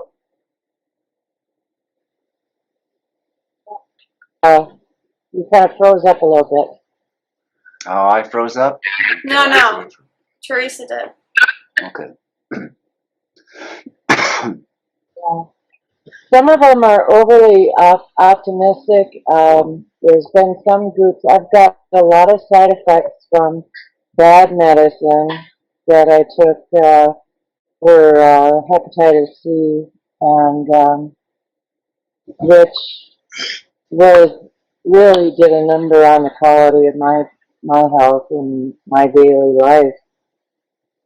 And so I've seen groups that are too negative, and they just want to sue the drug company, and you know, oh, this and this and this is bad, bad. Focused on the negative, and then there's some that are really too optimistic and paint this, you Well, know, see, that's wonderful going to be personally disappointing. I would lead into the next kind of curiosity. is that you have an individual, at least one or two close by, that you can kind of hang out with and have conversation with them that doesn't upset them as you talk honestly about your own self-assessment? Because you have a lot of medical problems, and as you would try to talk to any one individual, that individual is going to be overwhelmed with like, oh my God. And then you go, well, now I have to apologize for sharing too much of my problems. And then you say nothing. Well, I think that they've all been there and experienced the same thing, to one degree or another. I think that, like a hepatitis group that I belong to, and they're all taking the miracle Carboni drug, which, you know, is fine and dandy, and I feel a little resentful. I've noticed lately in the past couple of weeks that, oh, that's so wonderful. Good for Resentful? you. A little bit. Okay, Yeah, well, I because can respect that. And why do you feel that way? If you don't mind. I think because, you know, maybe they don't have all the health problems I do, or maybe It's like, why me? I think so. yeah, Like, this person has Yeah, an issue or two, but I've got like tons. Like, why me? well, yeah, that and it's like, Or like, have I been that bad of a person, or did I like? well, it's like, how come all these people are getting approved for this medicine and I'm not? Yeah, are I you had an talking? opportunity. You're not approved for the medicine, right? It's the Right. Is The that right? Harvoni, Yes. yeah, very expensive, but it's in the works to make it more affordable. In fact, the Gilead, Gilead, company that makes them, Gilead, I right? think I think they're being sued for gatekeeping on the medicine Yeah. and charging exuberant prices, Yeah. which make it obsolete for some patients and not others. Right. So that's all in the process. But in the meantime, I've already killed one cancer tumor. I had a golden opportunity to take that medicine, and I didn't get a chance to, and now I have the cancer back. Oh, shit. And so that's what I get resentful about. And I think, well, I'm happy for them. I'm thrilled. Oh, that's It's important. not like that. No, it's important. But it's like, and now the doctors are telling me that it's too late for that it would do more harm to all my other medical issues, which have occurred because of all that. Do you know what I mean? Yeah. A lot of my medical issues are a result of getting worse with, I'm stage 4 Yeah. cirrhosis, and I have liver cancer. All that could have been prevented had I had that medication. Correct. Right. So that's why I get a little resentful. Well, it's a valid point. I mean, because what you're talking about is a sense of social injustice. Yeah. Yeah. Yeah. So all I can do is, I'm pretty accepting of a lot of things.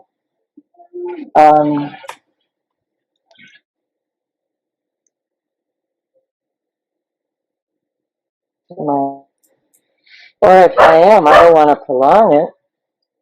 You know what I mean? So what would you say What at this point in your life, Teresa? What what is your most are you experiencing any type of fear or anxiety around the issue? Yeah, I have a lot of anxieties about, I've never had, I've always been a real laid back person. I do Yeah. a lot of meditation, relaxation, a lot of mind body work with my pain because I don't take any pain medicine. Yeah. And the anxiety, the more pain I get and have more difficulty controlling through the mind body, I get a little anxiety about that because I don't want to take medicine for that. And, you know, I probably will eventually. Can you tell me what it is, why you don't want to take the medicine specifically?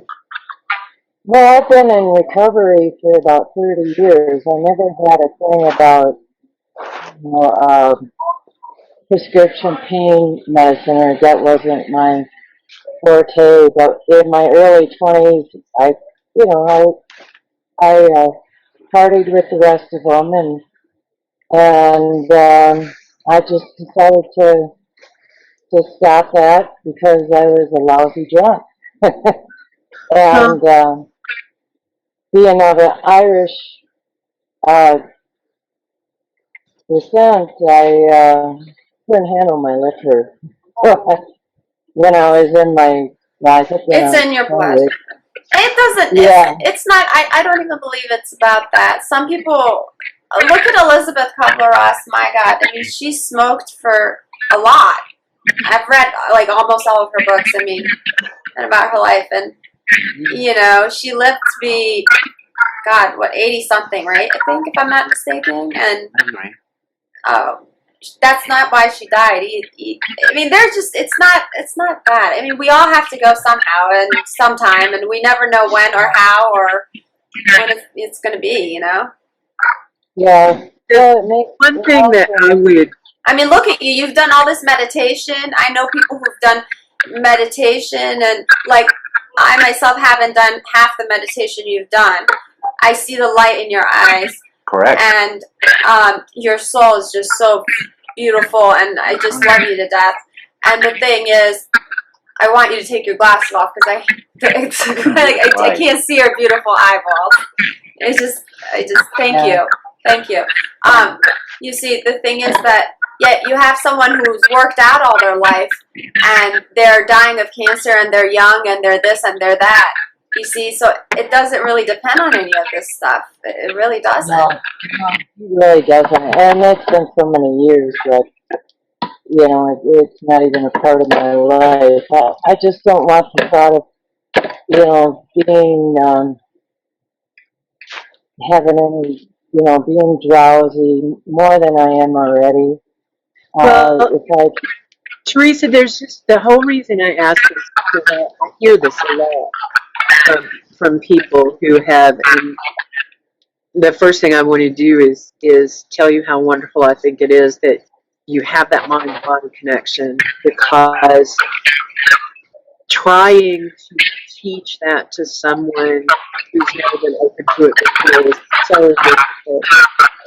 But the one thing I would encourage you to remember about the pain medication I'm is, sorry. I'm sorry. We can't hear you properly because again we're having some kind of.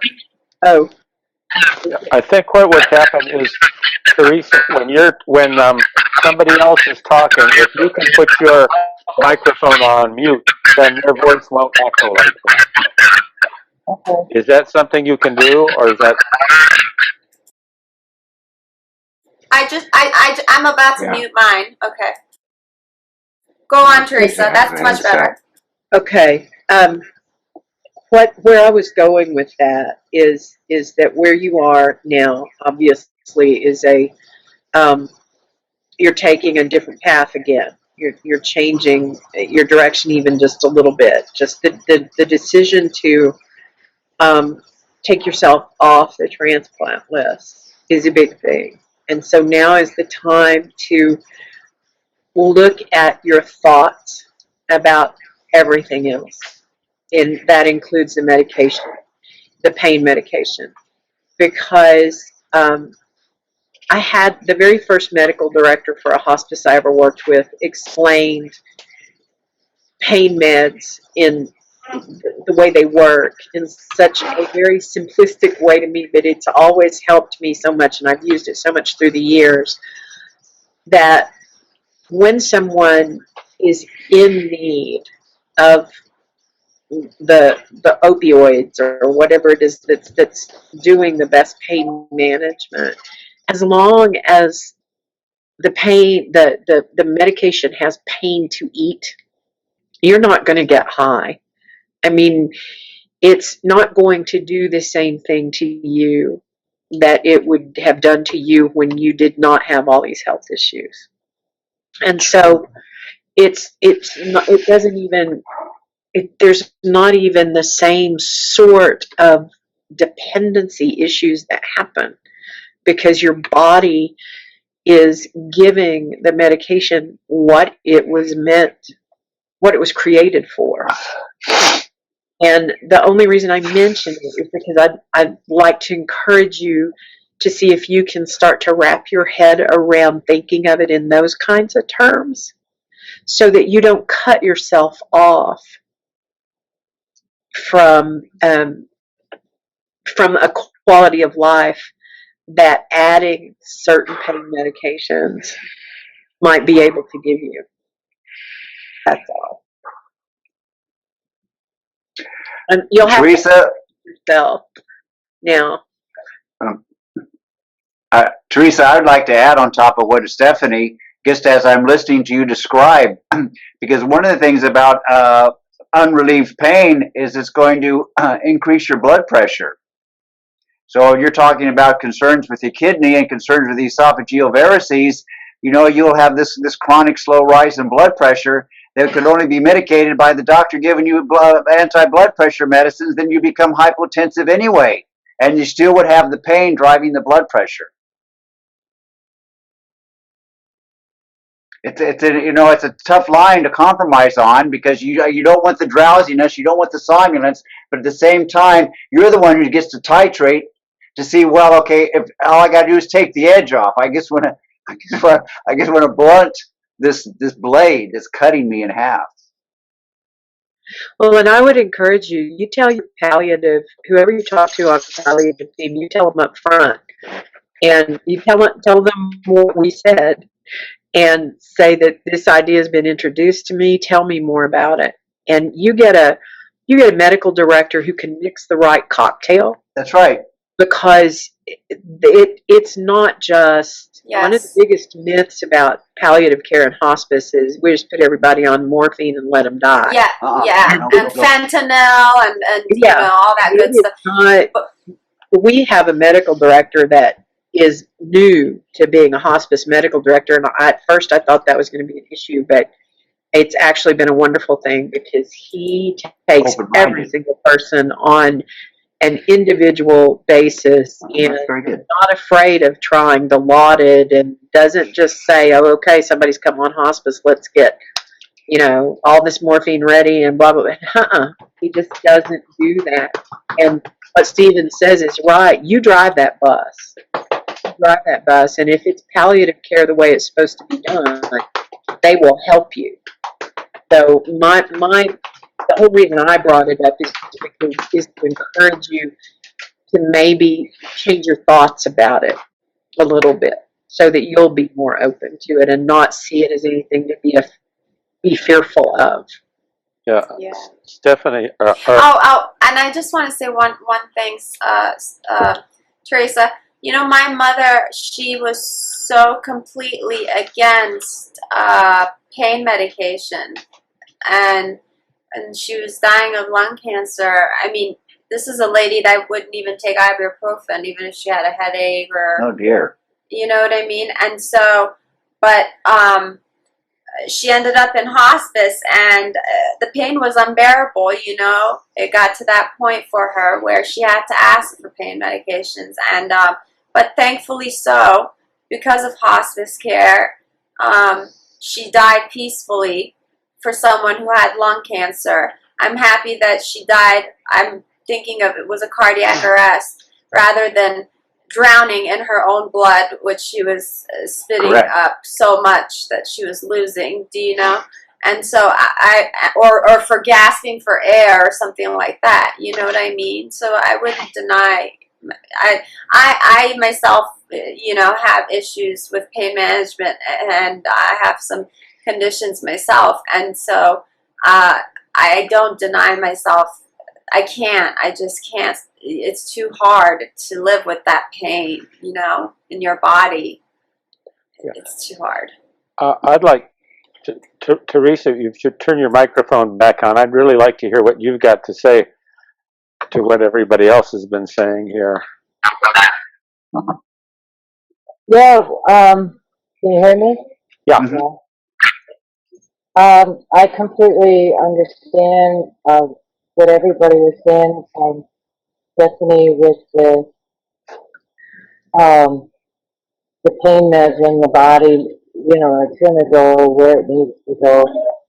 I understand that concept, and I always tell myself, oh, I'll just wait, until it's real bad. But then I've also been told, no, you should not wait. So it's too bad then you can't get control of it. No, there's a wonderful term called staying ahead of the pain. I'm sorry, what? There's a wonderful term I love that's called staying ahead of the pain.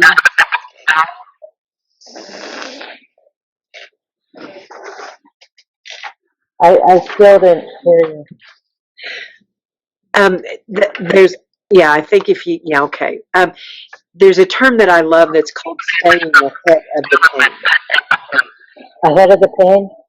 Staying I ahead think, of the I'm pain. sorry, we're having problems with the sound again. Maybe we all need to go on mute so that they can talk. Yeah, I think what happens is when Teresa takes hers off mute to talk, then I talk, and if she's off mute, it doesn't work. So she's on mute now. Um, we talk about staying ahead of the pain. I think maybe that's what people have said to you, because if you've got anxiety about having pain here, so you've got pain right here and it's okay, you're good with that, and then you start to have anxiety about that pain going up. Well, that comes up here and the pain rises up to meet it. So then you get anxiety about, well, should I take the medication now or should I wait until it gets worse? And your anxiety goes up and the pain goes up. And so that by the time you finally take something, your pain is up here and the pain medication is down here trying to pull you back down. So if you can stay ahead of the pain so that the medication gives a bumper that, the pain comes up against, and you decide. That's why I say that's where the scale comes in. Where are you on a 1 to 10, yada yada? Well, you may be all right. A pain level 8 may be acceptable for you. You determine that. For me, I want to be at a -5 at least. I don't even want to be conscious.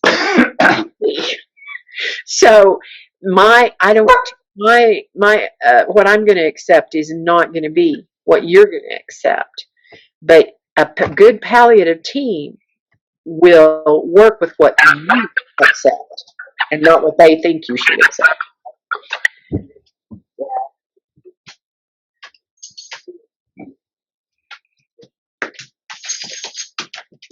Yeah, I understand. I understand that, and I believe that too. I just have a lot of thoughts about everything right now, and so I'm just kind of sitting back and waiting for the doctors to, suggest what to do next, and that's about all I can do right at this time. A lot of times if I lay down and do the meditation and relaxation, I do the relaxation when I get the anxiety about the pain. And then I just relax and meditate and it seems to take pain away. But I'm like what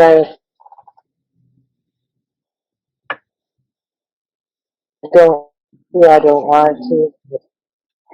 Um, I don't want to live in pain that I can't control myself.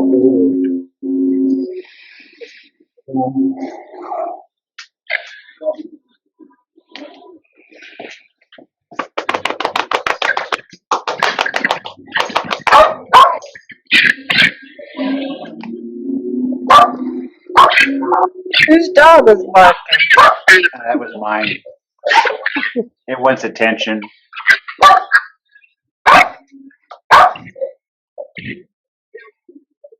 Yeah, right before I got on, my cat was trying to show me how to get on the computer. Well, you should have listened to him. I'm sure he knew the perfect thing to do.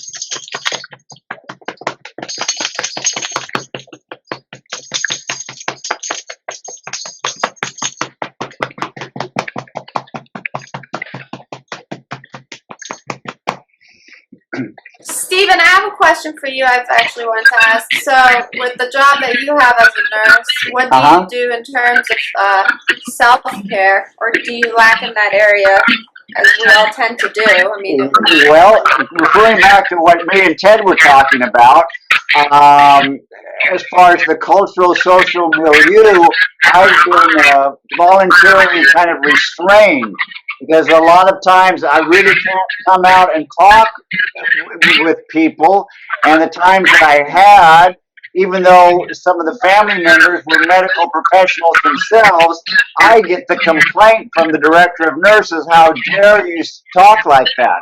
Meaning in terms of, let's say, the bedside preparation of that calmness of spirit. So then, Sonora, what we're talking about earlier with you is that a lot of times what I will try to do is just do the actual presence of breathing. And this goes back to what Teresa was saying. If I can resonate with a person on a breathing pattern, that allows me to interact with their bioenergetic field. So that way I can kind of give them a hug from the inside out.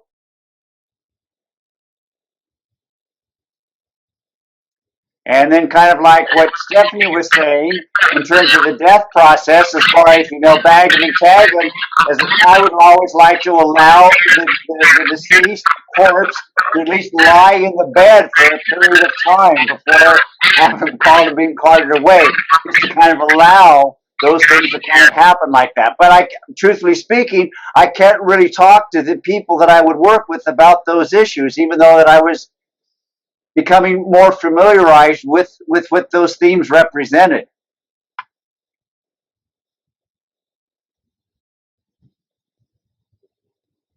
I see what you're saying. But this is where the doula movement is because the doula movement. I mean, I only really came across it here in the last 2 years on the internet, the Facebook and the whatnot. Is that now that's another wave that's entering into the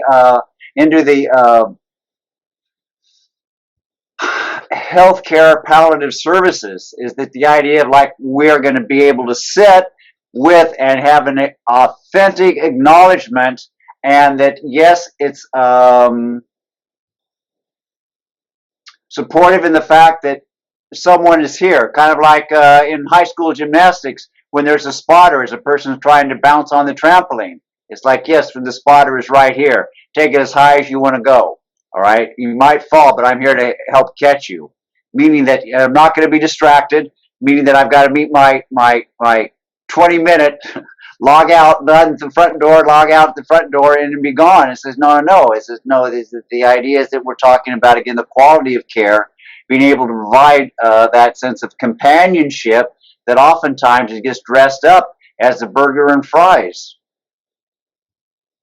It's kind of like it's empty calories a lot of times for what people get in terms of this sense of um, um, delivered sense of compassion. And a lot of it is that I feel, in my experience, a lot of displaced anxiety from the healthcare providers themselves. And I can kind of sense that when they really kind of get uptight or nervous, or the way their expressiveness kind of changes to reveal a sense of nervousness within themselves. And they say, well, no, that's got to, not worried about your nervousness. It's got to be the person we're working with. And now working within the field, I'll acknowledge it. There's a certain habituation that kind of happens because a person kind of gets used to the job. And that doesn't mean that a person becomes calloused, but the idea is that, well, okay, now we can kind of look at it more matter of factly. This is how things are going. Yes, we're in a stage of transition, and say, no, I certainly am not able to predict anything can happen. However, there's some significant changes that are happening. You know, you might want to let your other family members know. You know, you might want to spend some more time here. Yes, we'll try to get you contacted, but you know, things are happening, and regardless of what your mother, your father, your grandmother, they're not bouncing back. You know, the bouncing backs are less and less, and you know this is going to be asystole real shortly here. And in one particular regard, I would look at some of my experiences saying, you know, that some people would appreciate that, and then when other people would say again, really say, well, oh my gosh, you know, again, there's something about the gender because there's 10% maybe of the nursing force are men. So the idea of like, you know, oh gosh, you know, that guy, you know, he was just talked too mean, he talked too brusque, he said, well, no, man, I had a direct kind of thing right there, and we had a really nice conversation, and it wasn't until the family went away and started thinking about it that the righteous indignation comes out and say, you know, well, we have to make a complaint about this guy. So what I learned is sometimes not to say very much and to work things really silently at the bedside.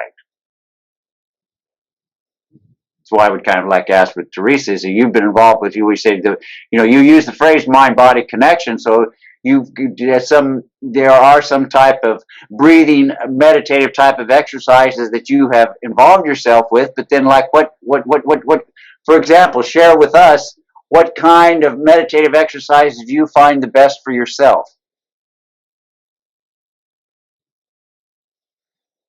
Let it go off me. What's best for me is breathing. Thank you. And Thank also, yes, it is. And that's what takes my pain away. Yes. Is the relaxation and the breathing. And slow cycles, yes? Yeah.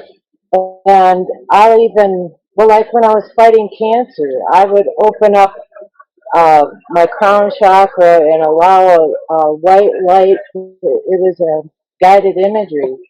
And I've done a lot of that myself, and with other people too, where I would just guide like little army ants, I would imagine, going through my bloodstream and eating all the bad stuff. And I think you're right as far as making yourself available to someone who's in that transition. I know when my mom died, I was with her and I was her caregiver with palliative and hospice care, and we had hospice care at home. And the nurses were great. The volunteers that would can't come in, they didn't ask, you know, what are your spiritual preferences? Oh, that's very important. Yeah, and they were, you know, quoting things, and my mom wasn't very comfortable with it, because she was always a real private person, and she didn't relate to them. She just wished they hadn't come, because she'd have to fix herself up that's how she was. And to make herself presentable for these strangers to come into her house. Yeah, yeah. I think it's important to ask permission. Um, if as long as you have their permission, then there's no retaliation afterwards. Well, there might be some, but not as much as if you just presented yourself at the side of a bed and, was then not breathe things. Some family members might take offense to that. Uh, I wouldn't. I was hoping for that. I asked for a spiritual person for my mom, and we didn't have one come over. Um, my mom grew up as a Presbyterian. However, she had 10 children. She raised them all Catholic, Oh gosh. and so it was. So we, and I was shamed in that religion. That's how I felt. There's a difference between religion and spirituality, Yeah, yeah. and I lean more towards the spirituality because I feel like we're getting off topic, but religion is just crowd control in some shape or form. The organized religion of man, whereas spirituality, it's your soul, it's your heart and soul. It's not you're born a sinner, because that's how I grew up. Drummed in my head was, you're a sinner, go to confession, repent. And it was like I was a little girl. Correct. And it was traumatizing for me because my dad was very strict Catholic. So I'm a recovering Catholic. Well, I was curious because it said O'Malley there, so I thought, well, yeah, that's a tough one. Very difficult. Yeah. I'm only Charles, and I'm full of sin. Yeah. I was born a sinner. I can laugh at it now, but yes, it's fair. I thought I was going more along the lines of Matthew Fox, where he was a Catholic priest and he left the Catholic religion and went into Episcopal, and that's kind of Catholic light, or Catholic without the guilt. And he was more into the spiritual realm and the stewardship of the earth. And there was a time in my life when I was about 30 years old when I had a spiritual crisis.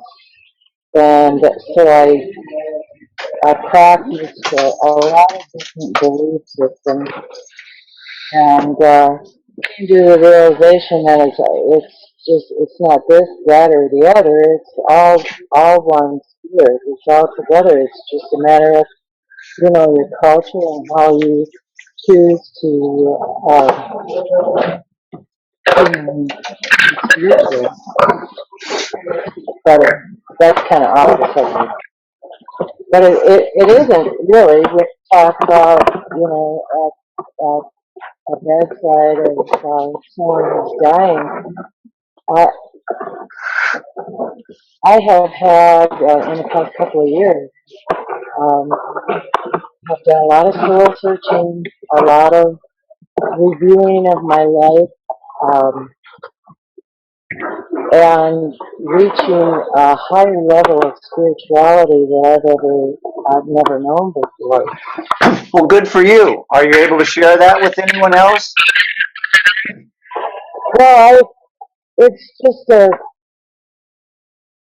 it's just an inner working, you know.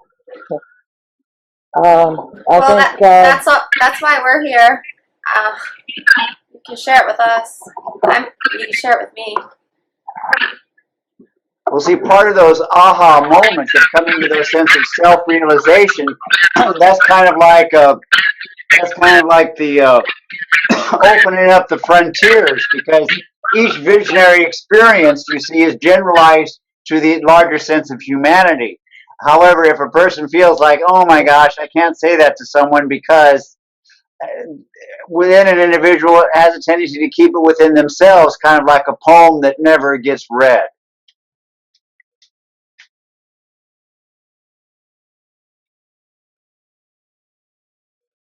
And that you have the opportunity to read a poem. Oh, so you're on mute, Teresa. I'm sorry. What I was saying was I never thought about it or felt about it put into words. I think where I get my most spirituality is in nature. I live Yeah, out in the yeah. forest. Oh, you do? Oh, how very nice for you. I have a little cabin out in the woods. Oh, good. So that And means you get to see creatures. You get to see little creatures too? oh yeah, Special I see birds and things birds. like that? Yeah, I see All birds right. and wolves, deer All and right. moose, and Oh, very good. Very good. yeah, right in my backyard. I don't. When I go outside, I puff myself out really good so I don't look so hurt. If I'm hurting and I'm, when you're walking in pain, you kind of look like you're a vulnerable adult. So when I'm outside in the dark or something, I'll puff myself up, stand straight, and pretend like I'm this big, strong person that wild animals when me on a screw owl. But I think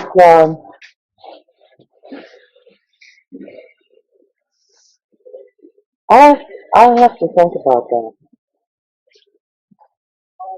I don't know how to put it into words. I know that if I was, if I know that, if I don't, I don't want someone to shove their own beliefs down my throat when I'm going through a bunch of stuff.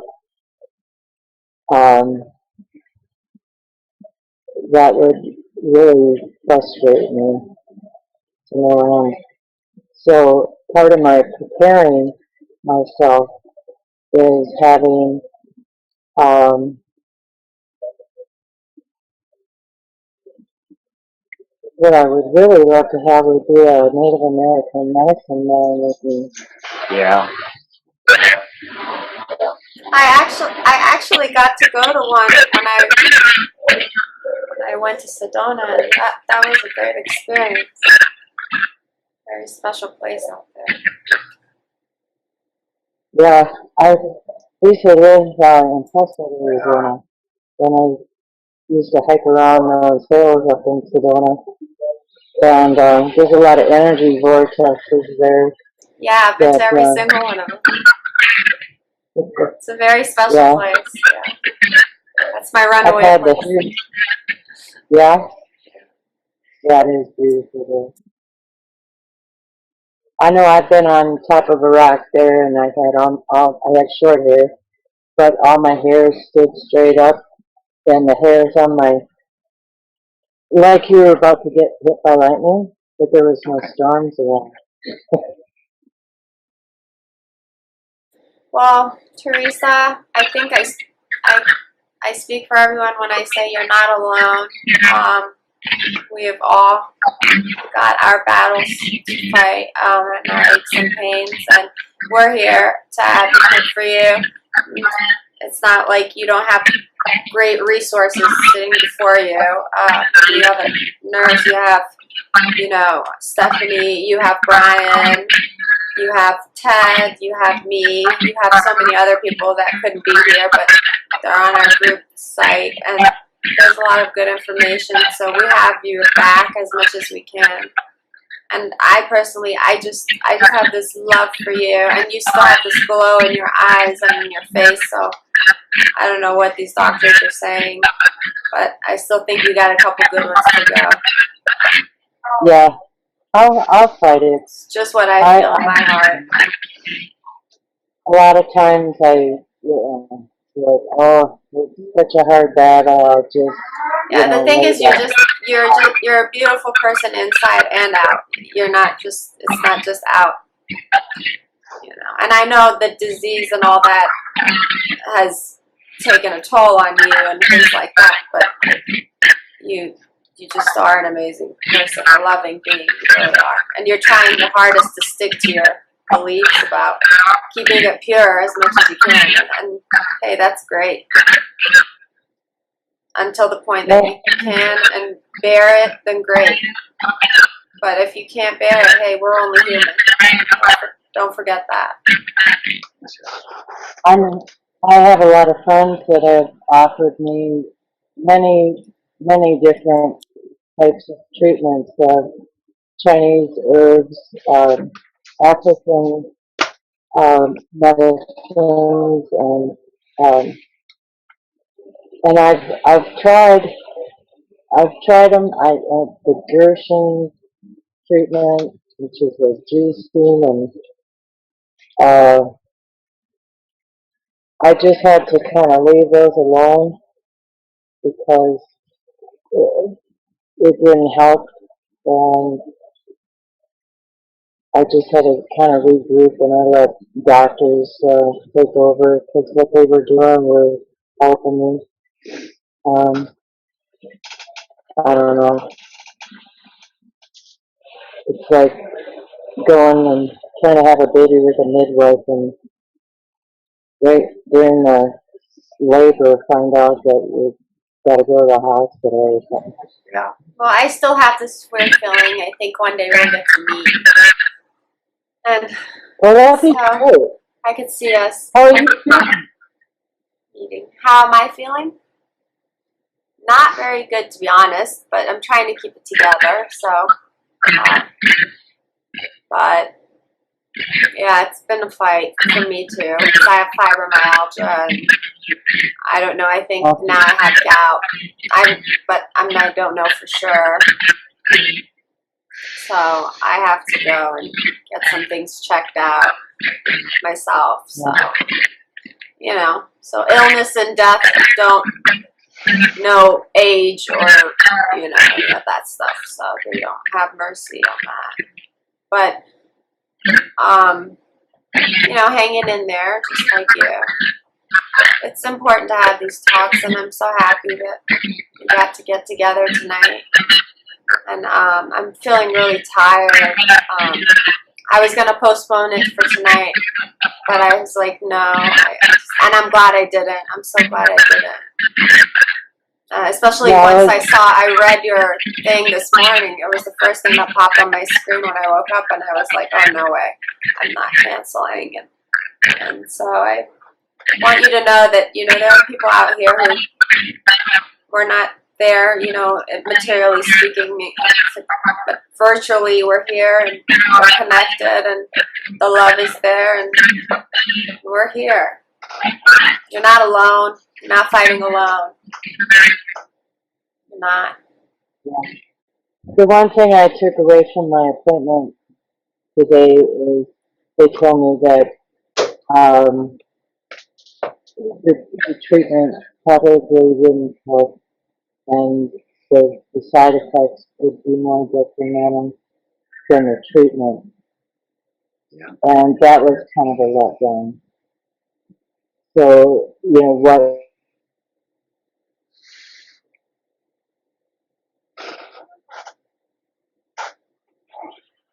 things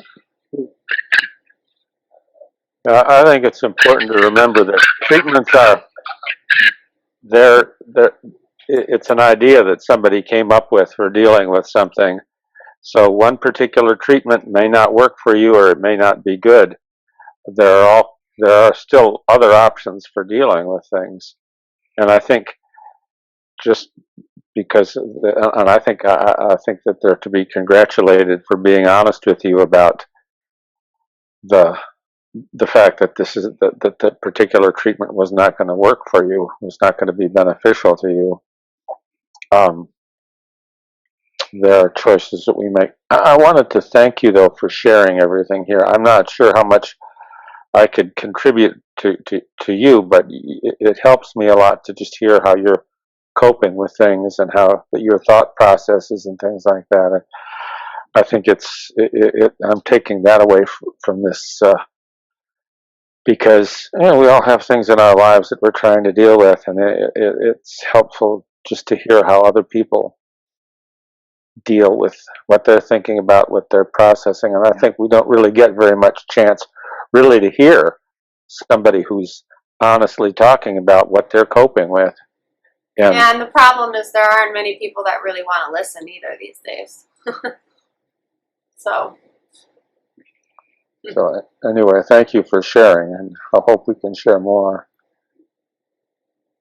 yes, thank you, Teresa. Stephanie, thank you so much. Brian, again, thank you for being present. And Stephen, it was a pleasure meeting you virtually. Ted, thank you for your presence as well. And the compliment goes back to you, Sarah. You're setting something up that's going to be much larger than yourself very soon. Well, hopefully it'll go on with or without my presence here on Earth. Your leadership is going to be important. Thank you, sir. I really appreciate it. I hope we'll meet again, definitely. And please reach out, Teresa. You're not alone. I keep telling you that. My thoughts and prayers are with all of you. Thank you. You guys all have a good night. I'm going to end this broadcast now. All right. Nice care. to meet you, Teresa. Bye then. Bye. Good night, everybody. Bye.